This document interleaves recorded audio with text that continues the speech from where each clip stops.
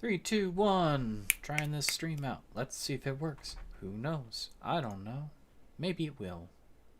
Maybe it will. Hello, everyone. I've returned. May or may not still be here. If you are, hello. Warframe decided it was going to crash on me. It decided that the second I clicked on the Abilities tab. It did something not very nice. Also, I'm looking at my disk drives, and apparently I got an extra gigabyte out of nowhere. I'm not sure where. I don't know where that extra full gig came from. I am very thankful for it, but if that has anything to do with the game crashing, in which case I'll be very upset. I don't know. I'm not going to look a gift horse in the mouth. My Warframe... I thought my Warframe uninstalled. I was going to be so mad. Nope, it's here. It's good. It's good. We're good. We're good. Yeah, hopefully everything goes back to order after he's back. Hopefully.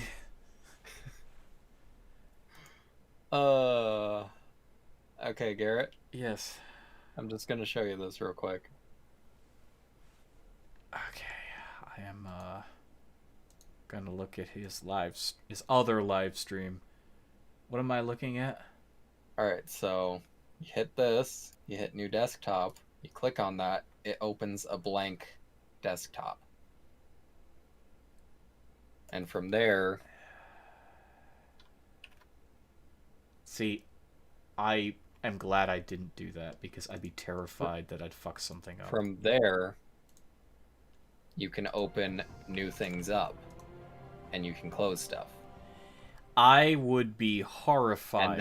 And then the only thing you have to do after that is just kill the new desktop.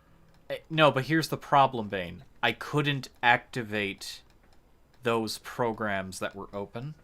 They wouldn't appear. They refuse to be clicked on. Yeah, no. When you make a new desktop, it just blank slates the thing. You still have everything open on the first desktop, but you can have another set of stuff running on the new desktop. Yes, but when they hard freeze, I don't think you can access them no matter where you try to access them from. I literally could not... No, from here, you could. Because this stuff wouldn't be visible. The frozen screen would not be visible. Okay, chat, we're going to do a debug test. Let's see if this crashes. It struggled for a moment there. You know, this will be the last time you'll see the ability screen for a very... Also, we have a bug going on in the new War update. You could see my glyph on my ass. That's not supposed to happen. Yeah. Yeah, this is what I was talking about. And let's never click on that again, because that's apparently what causes your game to crash. Hold on, I'm curious. I'm very curious. Didn't do anything for me, but... Warframe. New War. Abilities menu crash.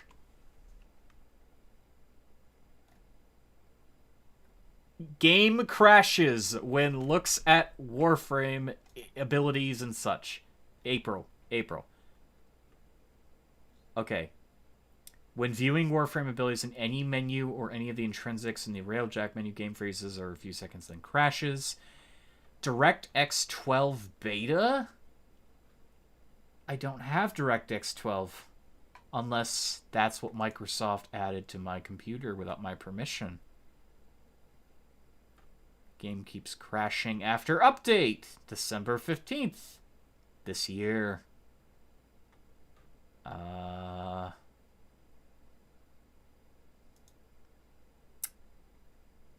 there's a lot of bugs. Okay, that had to have been a bug. Hello, Kara. Welcome back. Sorry, I was looking up exactly why my game decided to go to poop.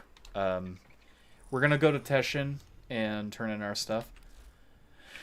I'm sorry about that, guys. When there's a problem like that and I have no control over it, I have to reset everything. Styling my Warframes. Yes. Fashion frame. Fashion frame. Fashion frame. Ugh.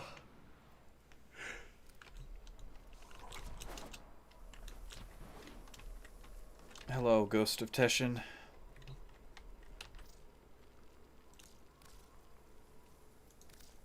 Oh, 53 steel essence. That's only 30,000 kuva. I mean, it's still a lot of kuva, but trust me, guys, I probably won't get anything out of this. Rolling ribbons. You're re-rolling. Yes, that's what we're doing, chat. We're going to be re-rolling ribbons. Got some ephemera. Ooh. Which ephemera did you get, Kara? Ephemeras are cool. You can get the, you could purchase the ephemera I'm using right now, the sentient, stuff. It's pretty cool. Here, I'll show you guys. For those who don't know, there's 3 evolving, sets here. Oh shit, where would I see that now? Okay, Syndiana. Yeah, here we go. So the Protavir Syndiana, this is how it starts out, and it evolves 2 times. And you get access to all 3 of the forms, so, you know, don't be like, oh, well, I liked it before. No, you still have access to the previous versions. Armor sets. Yes. This is the armor sets that I'm using. And these evolve. You know, this is like rank 1, and then there's the rank 2 that I'm currently wearing. There's the ephemera. Why is the ephemera in armor sets? That's weird. So the ephemera is all that shit coming off of me. That also evolves. It's pretty cool. Pretty cool. Warframe would make a killing if they sold more ephemeras, though. They would make a killing. Shiny is good. Shiny is good. Verve and the cancer one. Ah, Conquera. Yes, yes. Both very good. Very good. Very nice. That's right. We're going to be re-rolling ribbons. Bane's already beaten us there to the step. So, we have our Nadarok ribbon. And we have a lot of kuva now. 43,416. That will be going bye-bye in a matter of moments, as it costs 3,500 each time. I've re-rolled this thing 58 times. Technically, I didn't re-roll it 58 times. Another guy re-rolled it 20-some times. We will not speak of that again. So we're looking for crit damage again. Anywhere in this ballpark is fantastic, though I would prefer 100. Beggars can't be choosers. It is possible. We do need a negative stat on this, and hopefully it's damage to specific enemy type and or ammo maximum, which is a useless stat on Nadarok. That would boost the positive stats as a result. We also want multi-shot. If I have to say, crit damage first, multi-shot second. So that's what we're looking for. I will probably walk away with nothing. Heat, status chance, damage, garbage.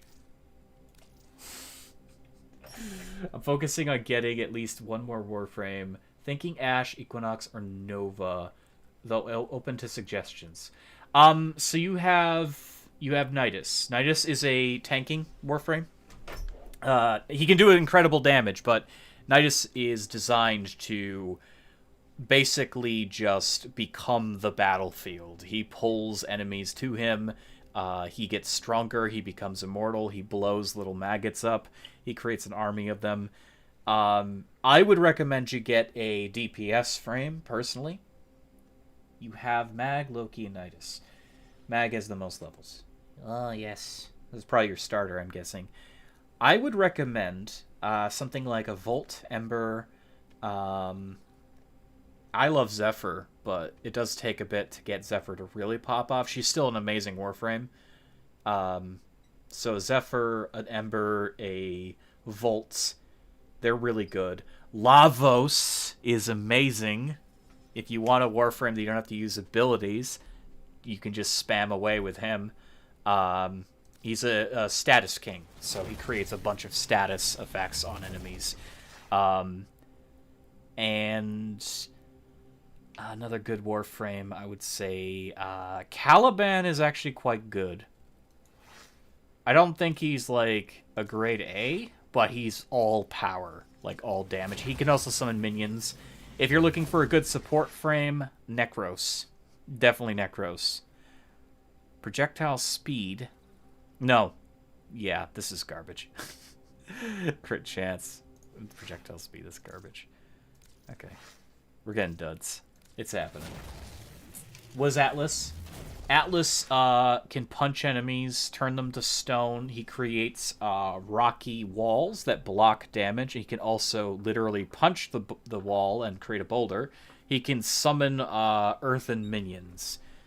He's in between a tank and a DPS. You know, he's got a lot of utility as well as damage potential. Mirage is awesome if you like weapons. Mirage is awesome. She can both explode an entire map full of enemies and boost your currently equipped weapons through the roof. Mirage is awesome.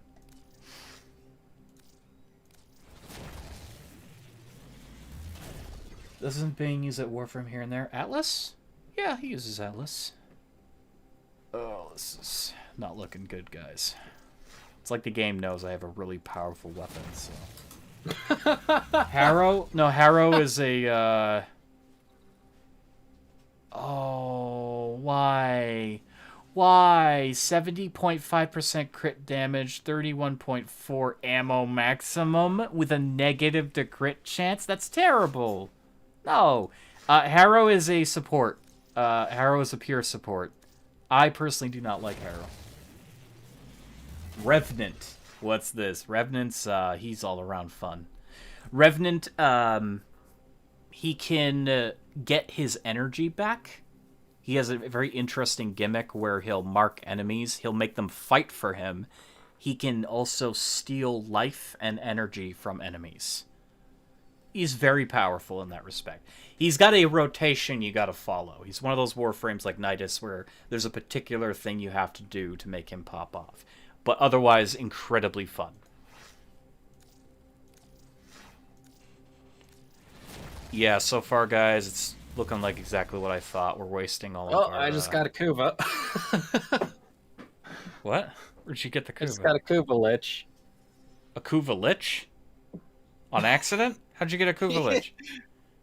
I was testing like a change I made to the bow. Wasn't as good. And all of a sudden I heard subject phone. Oh no. Well, take it. Undead. Yeah, Revenant is a Eidolon Warframe. He is infused with an Eidolon. So a dead sentient.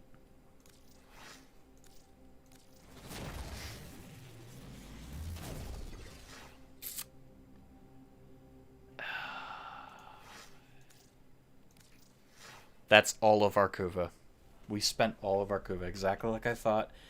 We weren't getting anything. We have re-rolled this 70 times. An hour of grinding for nothing. Ah! Zephyr is surprisingly low in cost. Not going for it though. It's a bit too quick for me. Yeah, she's very agile. The air becomes your mobility. That's the thing. She can summon tornadoes. She can slam the ground, killing everything in sight.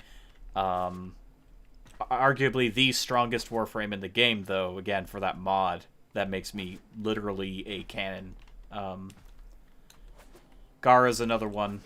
Gara gets exponentially stronger. But Gara has a very specific rotation you have to follow. Which, again, I didn't know about for years, and Bane just pulled it out of a hat. Didn't even know about it. Yeah, I'll show you some of the Warframes I frequent. So Zephyr, number 1 for me. Um, then Yoreli's a lot of fun. She can get on a built-in K drive, like a surfboard. She can stick bubbles to enemies. She can hold them up in the air. She can summon a ball of water, like a massive like ball of water, to explode on her enemies. Um, I don't play Wukong, so I don't really, yeah, I don't really have many opinions. Wukong has 3 free deaths, each of which gives you a bonus to something. Uh, he has a clone that just copies your build. He basically has a free Spectre. Yeah, that would be probably the biggest reason to get Wukong, because having two of you can be incredibly powerful. I do know the clone does not use the weapon you're currently using, so if you go to fire with your gun, he'll pull out his melee. If you pull out your melee, he'll pull out the gun. I know that. That's all I know. Wisp is a lot of fun. Wisp is a lot of fun. Wisp I mean, is Wukong's a lot of fun, like for certain things. yeah. Yeah, I know you've enjoyed Wukong. Wisp can create wells. She can have 3 wells she summons twice. So she gets 6 wells, 2 of each of the single well. Once they're down, they don't go away. They can give her and allies buffs like static electricity causing electric damage, a rapid healing, and a rapid movement speed and attack speed and shot speed bonus. Easily one of the best support frames in that regard. But she can also open a portal to the sun and incinerate anything in front of her, so she's crazy. Volt, well, Volt is Volt. He turns everything into a conduit and blows them up with electricity. Enough said. Um, Wisp is crazy. Also, Wisp has one of the most dickish things she can do to enemies. Wisp can, whenever she's airborne, you can't see it here, but she turns invisible whenever she's in the air.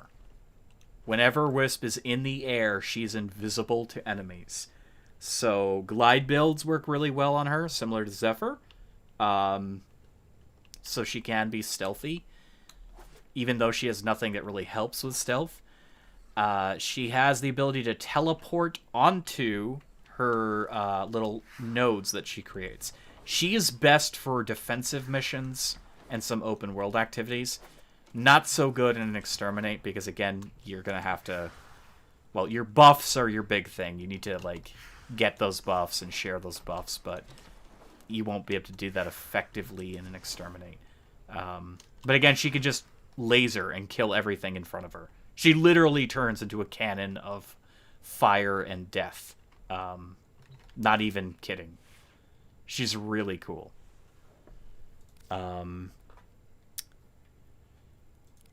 Titania, I've used Titania a lot. She's a lot of fun. Titania gets the ability to have a built-in Arcwing. She gets really tiny and gets a bunch of summoned razor flies, these little things that are hanging around on her. They're flying around right now. They'll perch on her, though. They'll rip your enemies apart. She gets her own weapons, too, in this form. Dexpixia Prime. Oh, no, mine are Prime. That's right. The Dexpixia and the Diwata. If you have the Prime, though, you get the Prime versions. They're really strong in their own right. These are rapid-fire pistols, and this is just a really nice blade. But yeah, she's kind of fun. She has some supporty things in mind as well. She fits a wide array of builds. You can go full offensive with her, full support.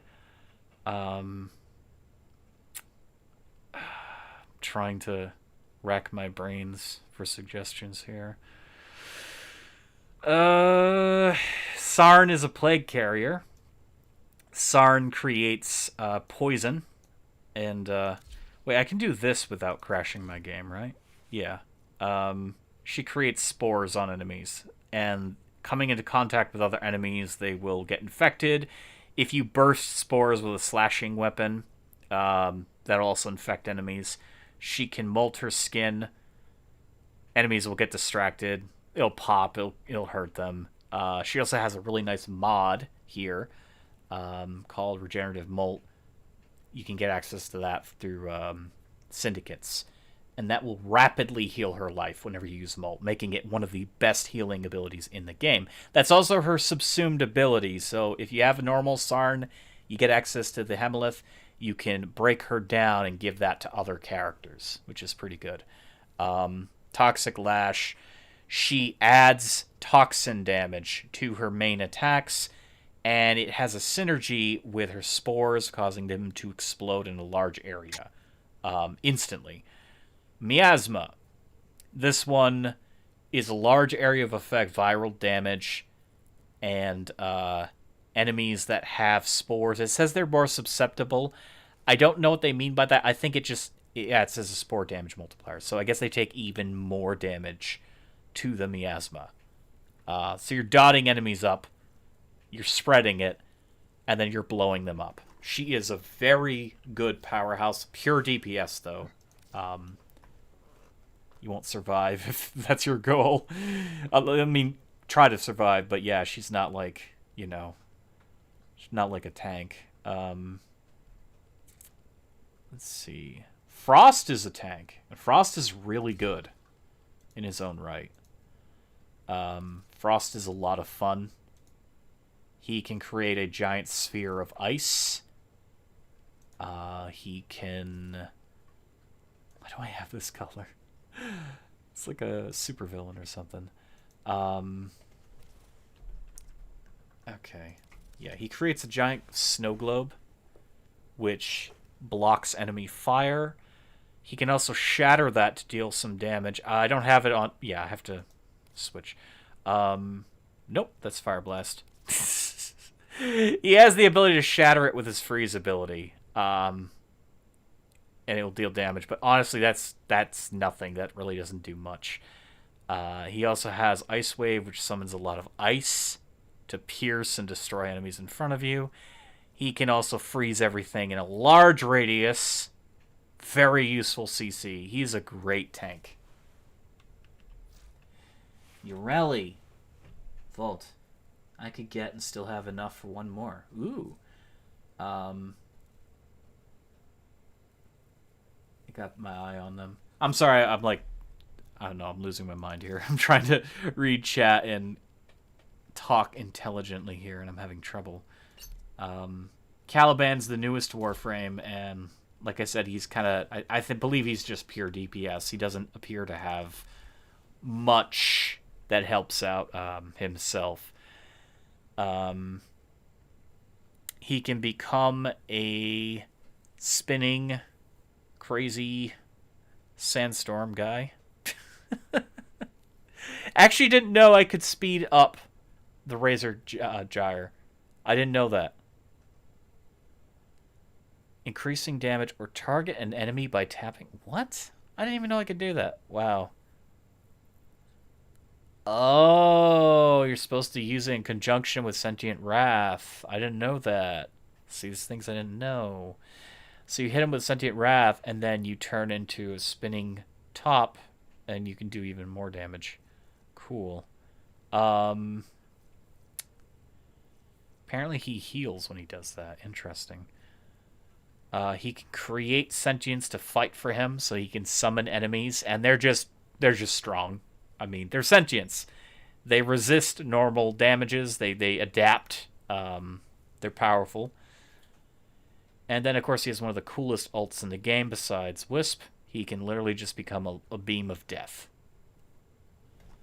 Actually, let's show you Wisp's ability here. I'm going to play as Wisp for a bit, just so you guys can see what Wisp can do. I didn't optimize my Wisp either. She's good in her own right. Haven't really touched her that much.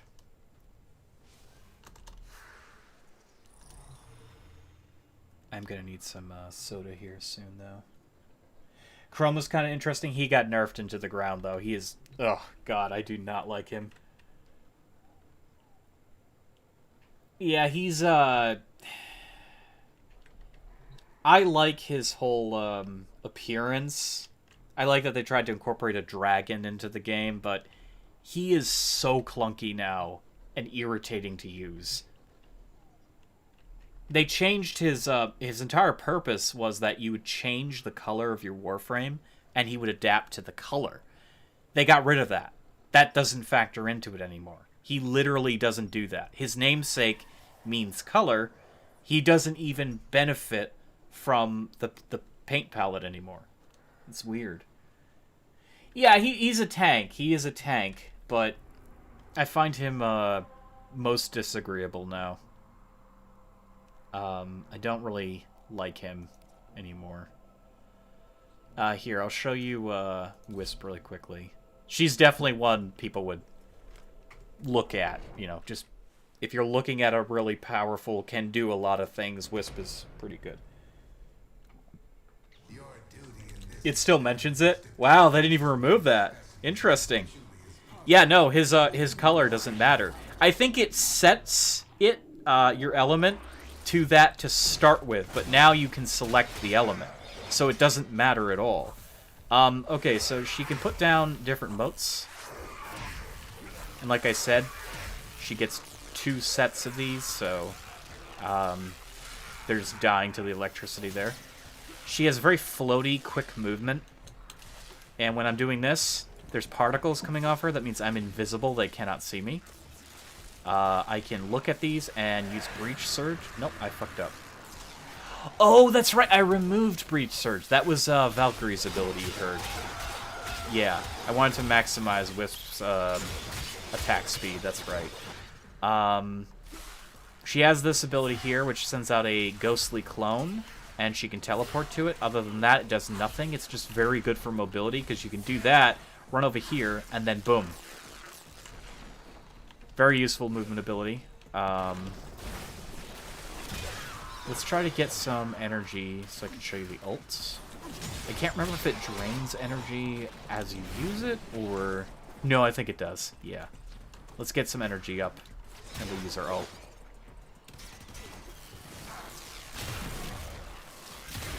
She's an all-around pretty powerful support Warframe. And I say she's a support Warframe, but she can do some incredible damage, mostly with her ult. If you have Breach Surge still on her, you know, you didn't, like, take it off like I did, it does have its uses, but I don't like that they're trying to make Wisp into a sniper, which is a very weird choice. Some of her mods that they've added are very pro-sniper, and everything else can, you know, be forgotten. It's a weird decision to make her a sniper. I don't know why they did that. Alright, here's my ult. She shoots a beam of light. Note, if you have other colors, you can also move with it, which is pretty cool. If you have other colors, it would be a lot brighter and a lot larger, but I chose a very grim-looking color on her. If you press and hold it, she uses more mana, but it does even more damage. So it's just simply destroy everything in front of you. That's what it is. She's a lot of fun. And it also looks amazing from other people's perspective. You can't really see it, but that beam is huge. It goes a pretty good distance away. She does heat and radiation damage. Yeah, you just become the laser. Emissive color, not energy color, but... Become the laser pointer. Oh, okay, it's emissive color now. Yeah, it used to be energy color. But, yeah, chroma, you can change it now, actively. Yes, become laser pointer. You can change chroma's thing actively while you play as them, which I think was a big mistake, because the whole coloring chroma kind of made the Warframe, gave you choices. Vayne and I worked very hard to get our chroma primes. We spent a long time farming him, and he was okay, but then they nerfed him into the ground, and I really just stopped liking him in its entirety.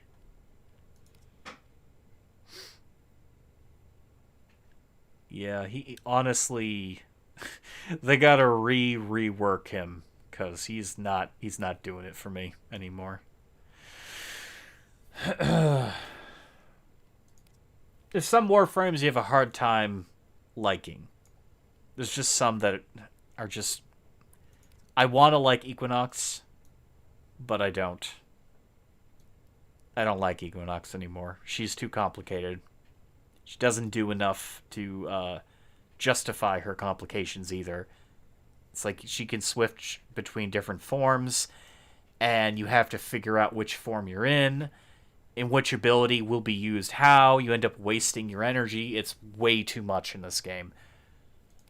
Typically, you're spamming abilities. You're trying to use your abilities. You know the abilities that you have currently, and Equinox just makes things very irritating to use.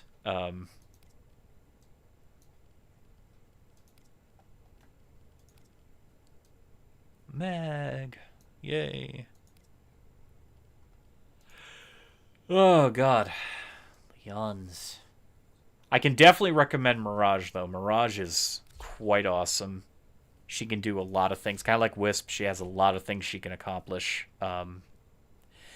She can use Mirror Image, which is arguably one of the best abilities in the game. Very sad that that's not a subsumed ability, but whatever. Sleight of Hand. This is easily one of the strongest abilities in the game when you start modding it. This ability right here, Explosive Ledgerman. She'll turn drops into crystals that blow up and deal damage, blind enemies, and she can keep doing it. She can keep doing it. Eclipse, that's her subsumable ability. In the light, she deals heavy damage. In the shadows, she's harder to find and harder to damage. Not a very great ability, but again, in her kit, it works well. I would definitely replace that with something else later on. Prism throws a ball of, disco energy at enemies, and it just destroys everything in sight. She has a mod that causes this to remain in one area, meaning it will always kill things. It lasts for a limited time, though, when you do that. Otherwise, this just drains your entire mana. Be forewarned of that. This drains all of your mana. She's really, really fun, though. Oh, yeah, my Valentine's Day Mirage. Yeah. Ugh. I am suddenly getting very tired. So I'm going to grab a Coca-Cola here. And I will be right back, guys. Hey, T-Man, how you doing? Mag, best girl. This is not real, it's a loop. A loop? Why is this a loop? What's a loop? What? T-Man? What's a loop? Wait, 2 streams with the same guy. Wait, hold on, what? Excuse me? What are you talking about? Where? When? Are you talking about my friend's stream, or what? Hold on, I don't see another stream with me. Excuse me, T-Man, what are you talking about? Oh, now he's got me curious. Is somebody streaming my stream? Hey, Big Bob. I don't see another stream with me in it. What are you playing at, mate? Oh my god.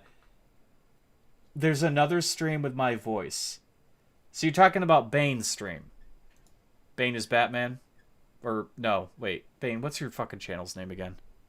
Bane Bloodseeker. Bane Bloodseeker. Bane Bloodseeker. That's the only other place you should hear my voice. Yes. Okay. Yes, that's my friend who I'm in the... Okay. I was confused. I was confused. Sorry, I'm just... I tend to get quiet when he's explaining He's stuff. like, this is fake. You're not doing YouTube. I was like, what? Excuse, what's happening? Yeah, that makes sense. It does make sense. I'm sorry. That's funny. Yeah, no, though. it's so different gameplay. But yeah, I have a bad tendency of getting quiet. Bane's got to learn to interact more. Interact. They don't know whose stream it is. That's clearly evident if they thought this was some sort of mastermind hive plan to put shitty Warframe streams up. It's totally my modus operandum. I'm gonna pre-record a bunch of streams and make a bunch of channels. People are gonna find them and be really confused. No, my friend is incredibly quiet. Yeah, I'm not normally though. That's the weird part. Like, it's anytime the camera turns on. Oh no. Yeah, it was a misunderstanding. I think it's a hilarious one though. I think that was truly No, I am funny. I am here. Urelli. You want to know about Urelli, Kara? Okay, I'll tell you about Urelli. Urelli, the jellyfish Warframe. You know, I'm gonna show you Urelli. I'll show you. The true jellyfish Warframe. You know, I'm gonna just go into Captura because I'm lazy and I don't want to start up another mission like that. So Captura. Let's do a nice open area. Dog days. Yeah, that was the like it's. I know what you meant. I know you're like, okay, I gotta warn people. This looks weird, but the fact that I was confused about what you were saying, and then I started actually Googling to see if somebody was like streaming my stream, and then I only see my stream and I see my friends. And I'm like, do you mean my friend? Okay, so Urelli is the Yeah, no, sorry, that's my bad. She creates bubbles, and these bubbles will stick to enemies. They'll actually like pull them off their feet. Very good for CC. Incredibly good for CC. You really basically consider this a shield that disables enemies. It won't protect you, but she also creates aqua blades, which deal slashing damage. Very good against infested, and it sticks on you. So she has access to a built-in K drive. So if you like surfing, yeah, I think you'd like this character, Kara. Just be forewarned, she's a little buggy in interior areas with tunnels and things when using this. Very good for open world. So she's the ground variant of Titania in a way. I mean, also, I don't really have problems with her K drive indoors. Ken does. Ken loves this Warframe, but he also has incredible problems. She can use her secondary while she's on this, so if you like... kind of wish she could use her primary, because that would make her, like, different. Yeah, but at the same time, she'd be really... I mean, she gets a really powerful boost. I forgot to mention her passive. 200% critical chance while she's on top of her K drive. So her secondary... Yeah, 200% critical chance. I did not know that. Yeah, so if you have a very powerful crit chance secondary, aka the one I'm using right now, the Epitaph...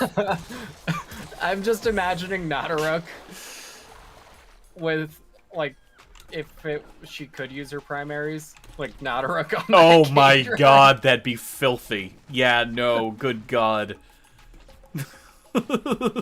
Her ultimate, big sphere of water that pulls enemies up and then explodes. It's very similar to a single target Oberon. It can affect multiple enemies. It's just it doesn't hit everything in the radius. It just hits very high slash procs. Yeah, she has incredible slash procs. Again, I can't stress that enough. She has one of the highest non-elemental slash abilities. Which slash is one of the most useful status effects. Yep. I'm trying to switch to not. I can't do it. Yeah, you can't. She's just fun. She's a fun Warframe. She's good. She's got really good CC. Hey Dakota, how was your Christmas? It was good. It was good. Thank you. How was yours? I hope I spelled that right. You spelled it right. Or Hanukkah or anything, whatever holiday you celebrate. I hope it was good. Captura. Well, the Captura is... Yeah, I'm sorry. I'm explaining things and I'm explaining them poorly. Captura is the system that lets you take screenshots and just mess around. It's you go into Appearance and you'll have like a little camera. And you can collect or buy these scenes from different characters throughout the world. Like, I have the Chamber of the Lotus here, which lets me go into the Lotus's... main chamber. I think you only get to come here once in the entire game, if I remember correctly. And it's such a beautiful location. You can't just Twice now. twice now. No, I mean like play in it, not the cinematics. I mean actually like move your character in it. I think you literally only come here once. I don't think you do actually. I remember walking down this hall. I don't know. It's been a while. Oh wait, yeah. Yeah. When you go to see her and then Valis kidnaps her. Yeah. Yeah, that's right. Rebecca was freaking out too because she's like, you finally get to meet me. You get to meet your mother. So you walk down here and then your mother leaves you. But yeah, Captura allows you to go into events and places throughout the game in an empty world. You can actually spawn in enemies. You can do screenshots. That's how I get my screenshots for these streams with your friends and whatnot. We just discovered there's a PvP mode in this. It's not perfect, sadly. There's no scoring. There's no permanent, downing of an enemy. You can't really actually kill. Yeah. Basically, we're just trying to knock each other down to the point we can't get up. It's fun. It's not. And if you want to know how to win that, just glass your enemies. Oh, that's evil. That's evil. No, it bugs your character out. You're frozen forever. And then put it in slow-mo so it lasts for an eternity. I got pulled over on Christmas because I was going to buy an apartment and saw a guy selling some cups. Apparently those cups were stolen, 5 per cup. He sold me the cup, then took a picture of my car. I did not get a refund. Oh my god. What the heck? What a jerk. I'm sorry. That's not good. Yikes. That is, yeah. Some people looking to exploit the festive spirit. Of all the things to steal and resell, a cup. Well, I mean, you have to think most people aren't going to be looking for cups. Except when they are. I will be right back, chat. I meant to grab a drink. I'll be right back. I need a soda. I need a soda. 1 second.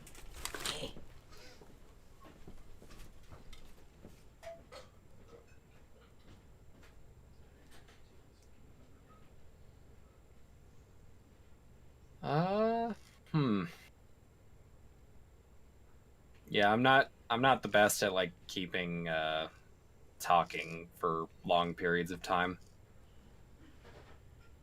So sorry about the confusion on that. Like, eesh.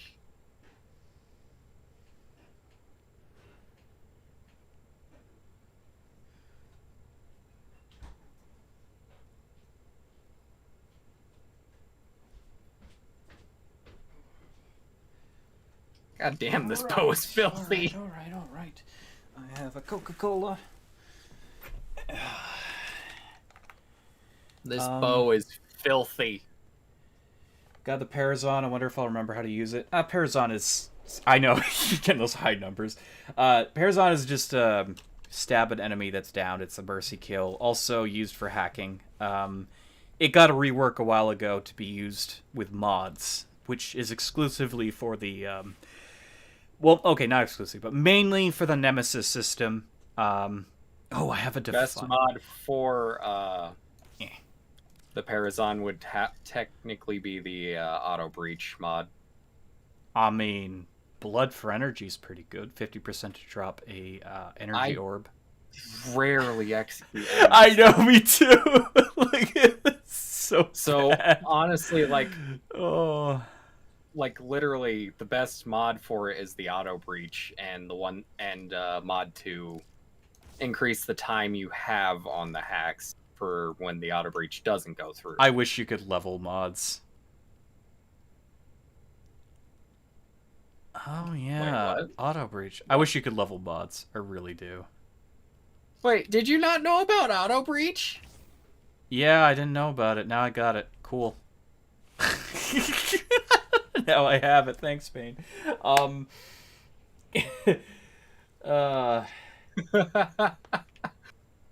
sorry what happened to you. Garrett introduced me to this game, and I'm still teaching him stuff. Well, I mean, that's the funniest part. you know you're innocent. You know you didn't steal those cups, but yeah, you probably won't get your money back. That is one of my favorite looking Warframes. Nidus or Sevagoth. They're both awesome. Soda. Cola. Cola. Cola. Put the cola in the slot. Put the cola in the slot. Do it. Nidus. You What guys want to slot? see my The Nidus slot again? is my mouse. Okay, chat. You know what? it. Yeah. I'm going to play as Nidus again because I want to know how filthy the damage modifier he gets is with this bow. So for those of you wondering, I was trying to explain to Bane before this mod. It's called Teeming Virulence. It's a Nidus exclusive mod. Whenever I use Virulence, right there. Virulence is his ability to gain stacks. So whenever I use Virulence, it hits 4 enemies, which is pretty much guaranteed to happen. I get 120% primary weapon critical chance for 15 seconds. This also refreshes its timer whenever I get another 4 enemies with Virulence, which is, again, very easy to do. So he can make any primary weapon instantly better. He is a crazy Warframe. I would also be getting more critical chance if I wasn't using Overextended. I use Overextended, though, so I can grab everything with Larva. He is a really good Warframe. Well, Bane, I'm down to do something. If you want to, I just bring me formed along. Nidus, so I'm in a simulation Okay. thing. Well, let me know when your simulation is done, and I will join you. I will join you on this endeavor, Frobo Baggins. I should level something. If I'm gonna do that. I really should. I mean, technically, since you're just using Nadaruk and Steel Path, just bring a weapon that needs leveled. In Steel Path? No. Yeah, since you're only using Nadaruk. No. That would be a bad idea. I'd rather have all my powers. No, because if you're only using Nadaruk, the secondary only just gains affinity. These are my cosmetics for him. It's my Halloween set. Like my Halloween set. In fact, I liked it so much, I have another Halloween set. He has 2. Here he is. Secondary Halloween. Ah, yes. So spooky. Hey, Zito, how you doing? What pistol are you using, and is it good? Epitaph. Epitaph. I'm using the Epitaph. It is good. It's one of the hardest hitting... I can't talk. I'm sorry. Hitting pistols in the game that I know of. The reason for that is it has a secondary shot. If you hit him in the head, the crit chance multiplier goes up through the roof. Easily reaches red crits. Its primary usage, though, is like a spam fire. I haven't optimized it, of course, but the spam fire is like an instant status effect. So I'll show you. You know, I'll just show. I'll show. I'm better at showing than talking. I'm really bad at talking at this hour of the night. Oh, host migration. Yay. Oh no. So we're gonna go to a Steel Path mission really quick, just to what would be an easy mission? I don't really have to... The capture. Where's the capture in Earth? Oh, there it is, Mantle. Okay. I'll show you guys the current loadout. Is Sevagoth a DPS? Kinda? Yes and no. Kinda. He does true damage. I gave him Inaros' true damage ability as well, so he does even more. So in a way, he's more like He's closer to a tank, but I guess you could say he's more of a support. Some of the things he can accomplish. Okay, so the pistol. Epitaph. Instant status procs, and if you hit him in the head, if I hit him in the head, I didn't hit him in the head. If I hit him in the head, bam! 159, was that 159,000 red crit? I guess I'll just take Nidus and regular Nidus and subsume in. Yes, eat the ball. Okay.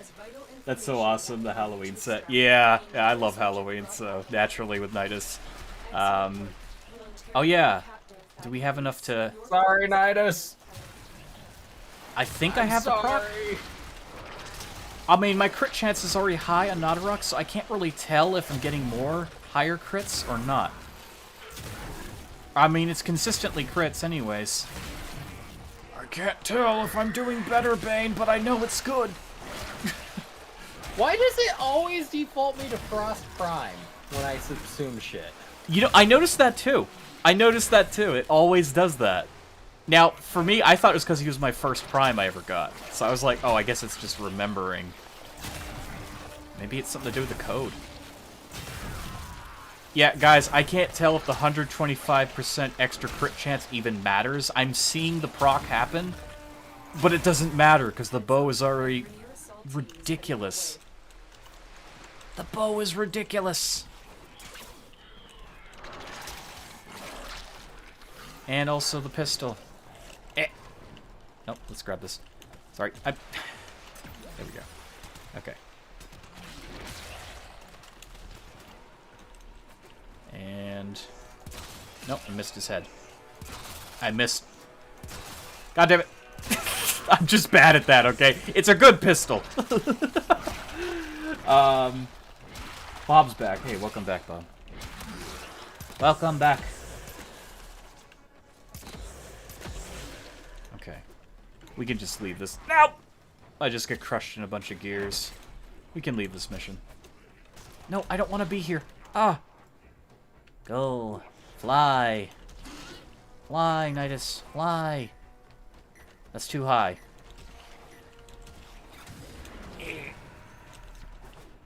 Let's see. Huh, don't see this tile set all that often anymore. Kind of a shame. It's a pretty one. That's a bit cleaner. Yeah. Roll, slide, jump. Oh, nope, I got stuck in something. There we go. Let's, trudge through here. Okay, I wanted to play Nidus, but now I want to go back to Zephyr because I just do not like Warframes that can't fly. I can't do it. I can't do it. I just can't do it. I have a really bad joke that you'll need to hear. Oh no. Oh no. Bad jokes. Enter bar. Line of people waiting to punch you. Oh no. That's the punch. Okay, that's a good bad joke. That's probably one of the best. You have a line. My mind didn't even think about that. It's like there's a line of people waiting to punch you. That's the punchline. That's the punchline. Oh my god. That's actually funny. That is good. That is good. That is a good one. I like it. I can't do the Nidus. I'm sorry.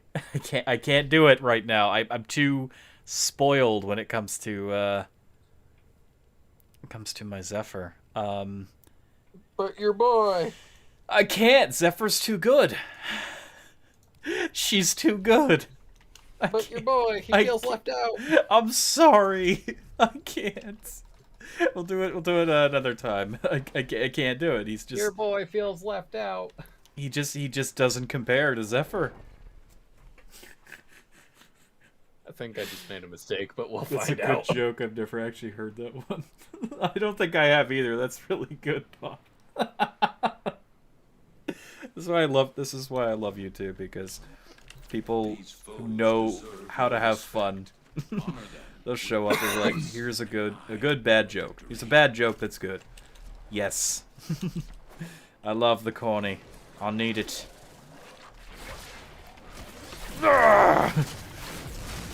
I gotta optimize this whip. I think that's the next ribbon I've got to find. This whip is fun. Just throws balls of energy.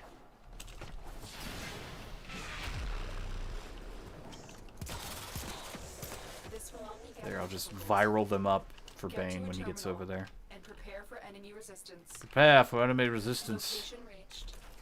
Drop me in and defend our position. Die! I'm in, Tenno. This will take another. The bow was too strong. But yeah, if you do want to increase your critical strike chance with Nidus, get Teeming Virulence. That's 125% after you use your one. I don't know if you have it. Did I give that to you? No. No? I'll see if I can purchase one from the... I don't know if Red Veil has it, but if I can, I'll give it to you and you can install that on Nidus. Still working on it. Continue to defend. Yeah, because it'll boost your crit chance all the way up. Very good. Very good. I've heard a similar joke. It's not a bagel. Wait, whoa. I missed an entire... They're about to destroy the thing. Oh my god! Running out of energy. What the hell? Why did we lose? No. Ah. Okay. Do you want to hear a really corny joke? Because you were distracted. Why does the seagull fly? I have a lot of people. I'm sorry. Why does the seagull fly over the sea instead of the bay? It's not a bagel. Okay, that's where the... Because it flew over the bay, it'd be a beagle. A bagel. God damn it. Actually, what's the wording of the actual punchline? I just kind of guessed. I got another one. You hit rock bottom. I hit rock bottom. Oh no. Rock bottom? No. I don't want to hit rock bottom. Why are you only level 14? Don't worry about it. Bane, no wonder we lost. I was doing fine. Your abilities don't hit hard when you're a lower level. How are you gonna kill me? I'm not using my Oh my god, no, I'm blaming you. This is you. Shoulda gone Gara. It's Garrett's fault. Shoulda gone Gara, Bane. Shoulda gone Gara. My fault, he says. Says the rank 14. I just lost all my energy. Rank 14, frickin'. It's always Garrett's fault. It's not my fault. It's not my fault. Everybody can attest to this. There's a It's joke I always want to tell. Garrett's fault. Sorry if I misspelled that bad bagel. That's okay. I think I guessed it was bagel instead of deagle, but yeah, that's pretty good. What happens when you touch Dwayne Johnson, but you hit... when you touch his butt, it's in a rock pot. God damn it. Oh no. Oh no. This has become the joke night. I needed the laugh, though. I need the laughs, because that crash earlier really soured me a little bit.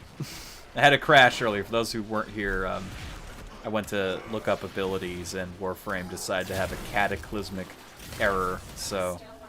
That's the end of the first stream. This is the second stream. I'm not spot anyways. Wait, what? Well, wait. Then you get charged with sexual harassment. No. Yeah, that's true in the real world. Butts aside, don't touch people's butts. Do not. Unless you ask permission first. Yeah. Hey, yo, I'm your biggest fan. Can I touch your hiney? I just hit rock bottom, man. Oh, I think he'd punch somebody if they said that after the fact. He's like, I had the courtesy to let you touch my rump, and then you pull out the mother of all bad jokes. I don't know. He might laugh. I don't know. He has a good sense of humor. I He think might someone laugh. would have to tell him that joke in advance to find out if he would laugh or not. So if someone touches your butt, is it hitting rock bottom? He just looks at you with those "I'm gonna kill you" eyes, and it's like, okay, I'm sorry. Sorry, sir. I'm sorry, please. No. This joke is similar to the one you told T-Man Bob. You have another joke? More jokes? Where are the enemies? Guy walks into a bar, Garrett. Hey, that's mine. I made He that says, joke. "Ow." Yes, I made that joke. That joke has been around forever. No, I made that. I was 6 years old. I was really funny. I didn't hear it from anyone, and I said that. People were like, that's really good. Then I'm like 15 years old, and all of a sudden, everyone on the internet's like, a guy walks into a bar. Ow. And I'm sitting there crying because I thought I was really smart. Not even kidding. That joke has been around. I got so for upset. millennia. I got so upset because my original creation wasn't original. No, I know. It just takes a person to realize it's a funny play of words. But I was very young when I came up with it, so I felt like somebody just dashed everything I'd ever made. So upset, and I stopped telling jokes after that. True story.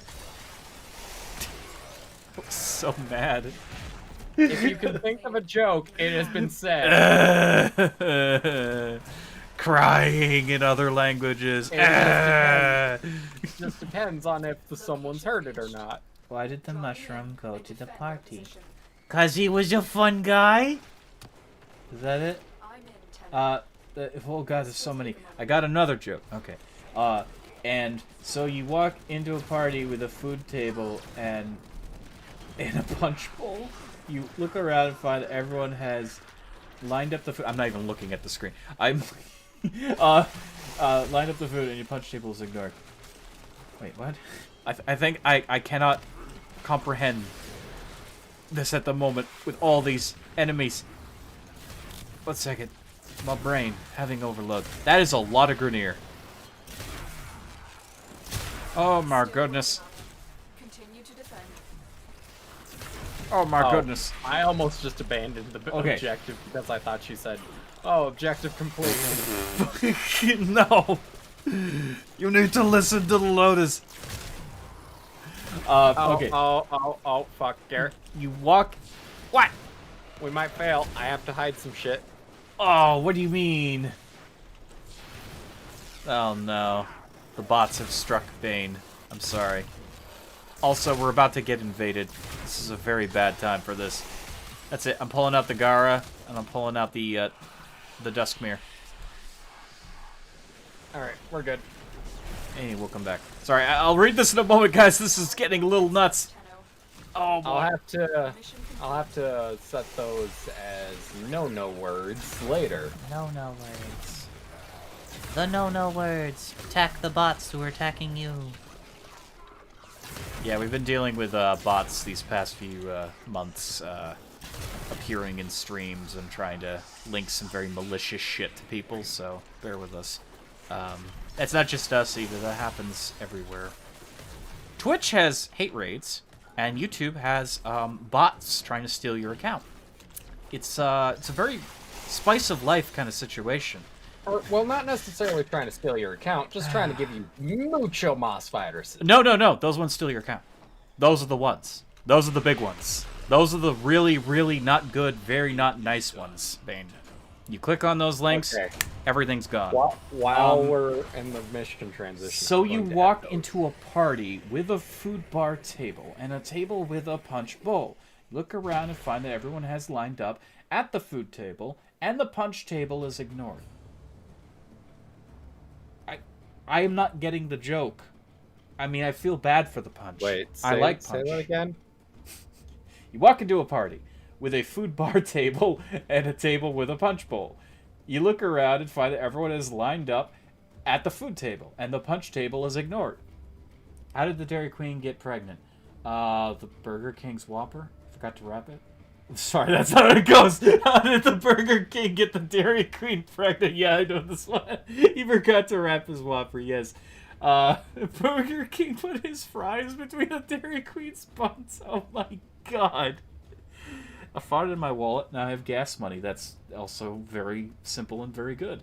There is no punchline. Oh! That's it, Kara. That's the again, very similar, the punchline. Also, I didn't see what I had. I just... God damn it. This is all beyond me. Ah, we got Deadhead and Steel Essence. Okay. God damn it.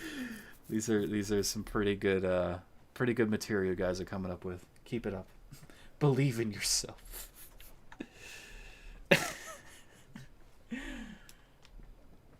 What do you think of Banshee?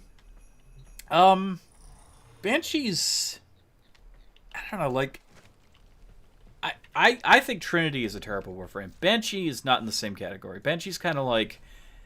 okay, kind of... I mean, not something I'm going to always go to. She can create a shockwave which knocks enemies down. So basically Fusroda. She has the ability to see enemies. She can expose weaknesses, which allows yourself and allies to deal more damage if you hit them in the exposed spots. She can silence enemies. It stuns them. It also silences you, which is kind of disorienting to me. It's it's a little odd. Soundquake. Channeling all of her acoustic energy into the environment, she uses ultrasonic reverberations to violently shake the ground. Unfortunately, this ability roots you in place and doesn't deal a lot of damage. It does not deal a lot of damage. I would definitely, if I did start playing Banshee again, remove Soundquake for another ability, because it's a hazard. It's a hazard. You do that, everything will kill you. She's not a tank, so everything will destroy her. Banshee's kind of I think I would prefer her over Trinity, though. Definitely. If I had to put them side by side, I think Banshee sits on a high throne as opposed to Trinity, which is one of the worst Warframes in the entire game. Besides, what's her face? Itchy, scratchy girl. I'm trying to remember her name. Valkyr. Yeah, Valkyr. Okay, let's see. I think I might get her. I mean, if you like some of those abilities, yeah. I personally would... I mean, I would continuously put her off forever, because I don't think she's too good of a Warframe. But every Warframe does have something they do, and only they do good. Except for Valkyr, who, honestly, is very close to my most hated Warframe, next to Trinity. Trinity just, you cannot beat the bad. She is bad. Valkyr is pointless in her badness. She's pointless. I have an ability that only hits one enemy. Does it kill anyone? No. I can use it to kinda be Spider-Man for half a second, when I can just do this as Zephyr. So, already Valkyr's kinda pointless. And yeah, Valkyr also has the ability to get little tiny claws that don't do much damage, so there's no point to that ability. Oh god. Her only good ability is the one that you can rip from her, which is her war cry. So yeah, get her to subsume her. That's it. That's all I can say about Valkyr. The passive also silences gunshots.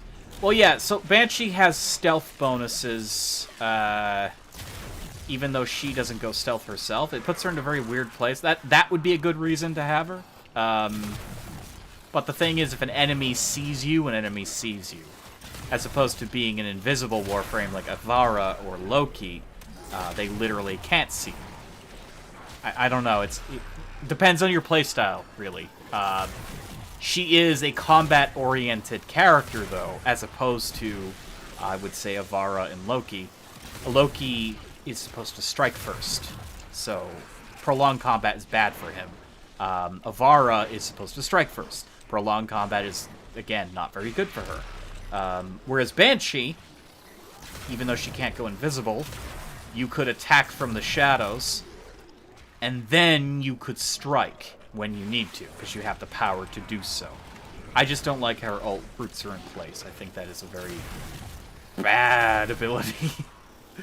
What do you call a fingerless man pointing at somebody? Pointless. What do you call somebody wanna with hear no a dark body and humor no joke? nose? Yes. Body with no nose. Oh, nose? No, it's not. Nobody knows. Fuck you. God damn it. Yeah, I'll hear a dark humor joke. I like dark humor too. I like all kinds of humor. All kinds of humor is good. Even making you laugh is good. Ember does look nice just because fire. Ember is by far one of the easiest to use, best bang for your buck Warframes. She is basically spam your ult and everything dies. That is literally what she's designed to do. DPS, Ember's probably for you. All you need to make her god tier is one mod, an efficiency mod, because it drops the cost. No, I mean literally, that's all you need to really make Ember super fucking good. Drop the cost of her ult, and the spam, it already does such a little, like, mana usage, becomes outrageous. Just keep spamming meteors. She is very strong.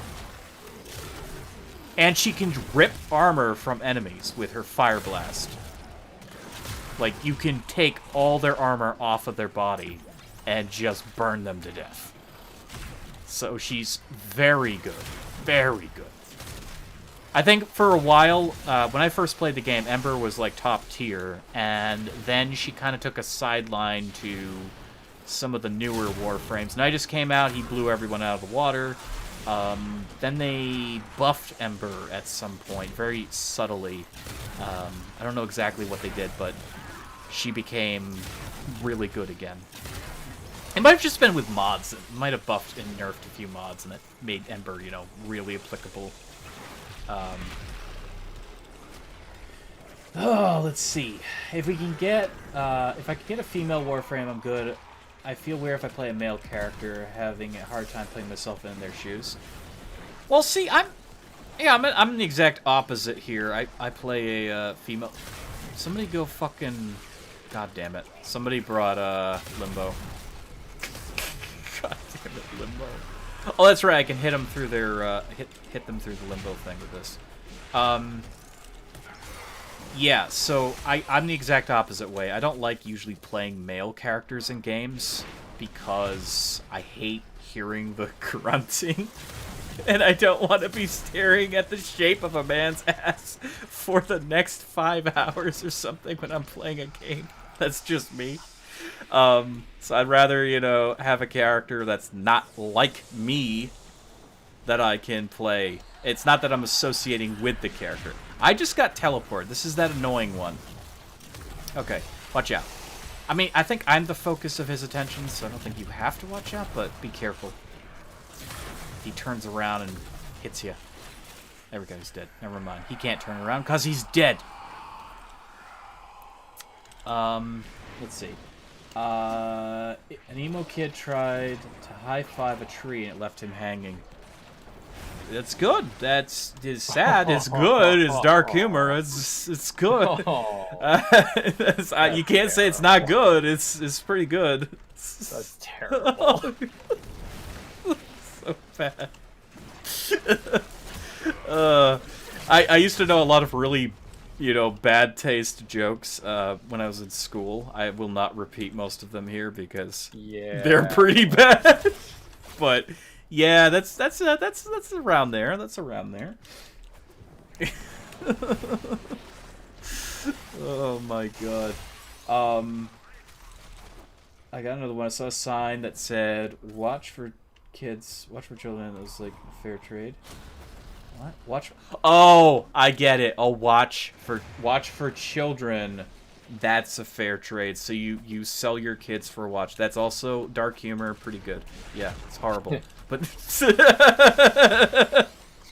That's so watch for kids. Oh, don't mind if I do. What the hell are you doing? I'm turning my kid in for a new Rolex. I love how somebody just joined the stream and then immediately left when I said that. It was Well- probably a bot. No, because the bot would try to leave a message. Unless Unless it's one of the banned words. Yeah, unless it's a banned words. Which means that they don't realize that they can't have any power here, Gandalf. Haha. Yeah. That's fine. That's extra views. It's okay. Now, we're making dark humor jokes. Not exclusively, but not limited to. They just knocked down the shields. Okay. So these are grenadiers, so we gotta watch out for projectiles. Projectiles. You know, I got this soda and I haven't even really drank it. Okay, this is not a dark humor joke because this is literally how stupid my brain works, but so you know those signs that say go slow, children? Yeah. You know those well, I always read them very wrong. Go slow children. Because they space the go. Well, at least they used to space the go separately. So it was first bracket, go. Space, go down, slow children. So go slow children. Like, gun for it, man. Go. Believe in your car. It's like, are you frigging kidding me? You know, as a little kid, I guess I believed that they were entitled to speed their car through a neighborhood. There's one that I've seen recently. It says, I was drive scared. as if your own children live here. It's the guy like, I don't have kids, burn. Oh my god. That's where my brain goes every time I see it. He just took out 10 households. It's... Oh no. Oh, fucking god damn it. I guess it did kind of turn into dark humor there. I was just making an observation, though. I sadly don't do jokes anymore after making one that I'm sorry, I'm butchering this. One time, school legit scared me so badly after that. Wait, what? Would you make a joke at school and they, like, said it was, you know, not funny or something? I don't know. I'm reading this so wrong. I'm trying to pay attention because I have to defend the Warframe cryopod. If I make one mistake, they could start hitting it. Oh god, the frames! Oh! There were too many in that group! There's too many! The neon! The neon! Okay. No, I read that right, apparently. Once the doctor today said I'm going deaf. It was really hard to hear. Oh god, no. The legit said it was bad. Okay, so it was that the joke was too bad. I mean, yeah, there are certain faux pas jokes, but I think the lesson there is to just not tell it where it can be construed. At the end of the day, humor is humor. I actually think the more Humor offensive... is not subjective. Jokes are funny, but if they offend you, it's subjective from your opinion. Yeah, I think people need to learn to separate jokes from reality. I like, personally, very offensive humor. Like, Drawn Together was hilarious. That was one of the greatest animated shows of its time. And, you know, people get all up in arms and all sweaty about it. They're, like, really passionate about, like, you can't put that shit on TV, blah, blah, blah. I didn't find this funny. It's like, well, that was the point of it. They wanted to offend you. Yeah, no. You see, I can. You know, they pulled it, though, because of people doing that. And that was the entire intention of Drawn Together, was to make something so and yet incredibly... still on the air. I know, right? Yeah. They were trying to make something so offensive that people had something to talk about. And people loved the show. And then people really hated the show. And eventually they were basically just bullied off the air. But they were bullied with a smile, because again, they achieved in making something so gross and offensive. And I thought it was one of the greatest fucking artistic ideas of its time. It was just funny. These horrible parodies of these characters and just the interactions of day-to-day stuff. I can't even mention... I don't know if you've ever seen Clone High. No. So, Clone What High is- is a bunch of, like, historic figures that got cloned, and they're teenagers attending high school. Okay. I can see where bad things could happen with that. Goddamn Limbo! Couldn't Yeah. do- Figures include Gandhi, JFK. Oh, yeah, I can definitely see where this would get Cleopatra. bad. I can see where this would get bad. Oh, no. And JFK was just such a simple man in that. What do Ocean and that have in common? They both come in waves. Yeah, that's dark. That is dark. What's it called? The show I was talking about, or the one Bane's? Bane's Clone High. I was talking about Drawn Together. Drawn Together. It basically takes a bunch of genres, like, of both animation and video games. Like, there's clearly a Link-inspired video game character. There's a Superman-esque character. There's a literal Betty Boop character. There is a Dollar Store Pikachu. Not even kidding. And their stories are...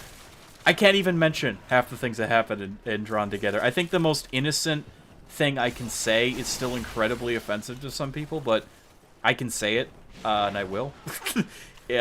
One of the episodes with Ling Ling, the Pikachu-ish character, Child Services comes, and they're like, well, don't you know he's only, like, 2 years old, and you can't have him in this environment. There's, like, beer bottles and shit and, like, cocaine everywhere.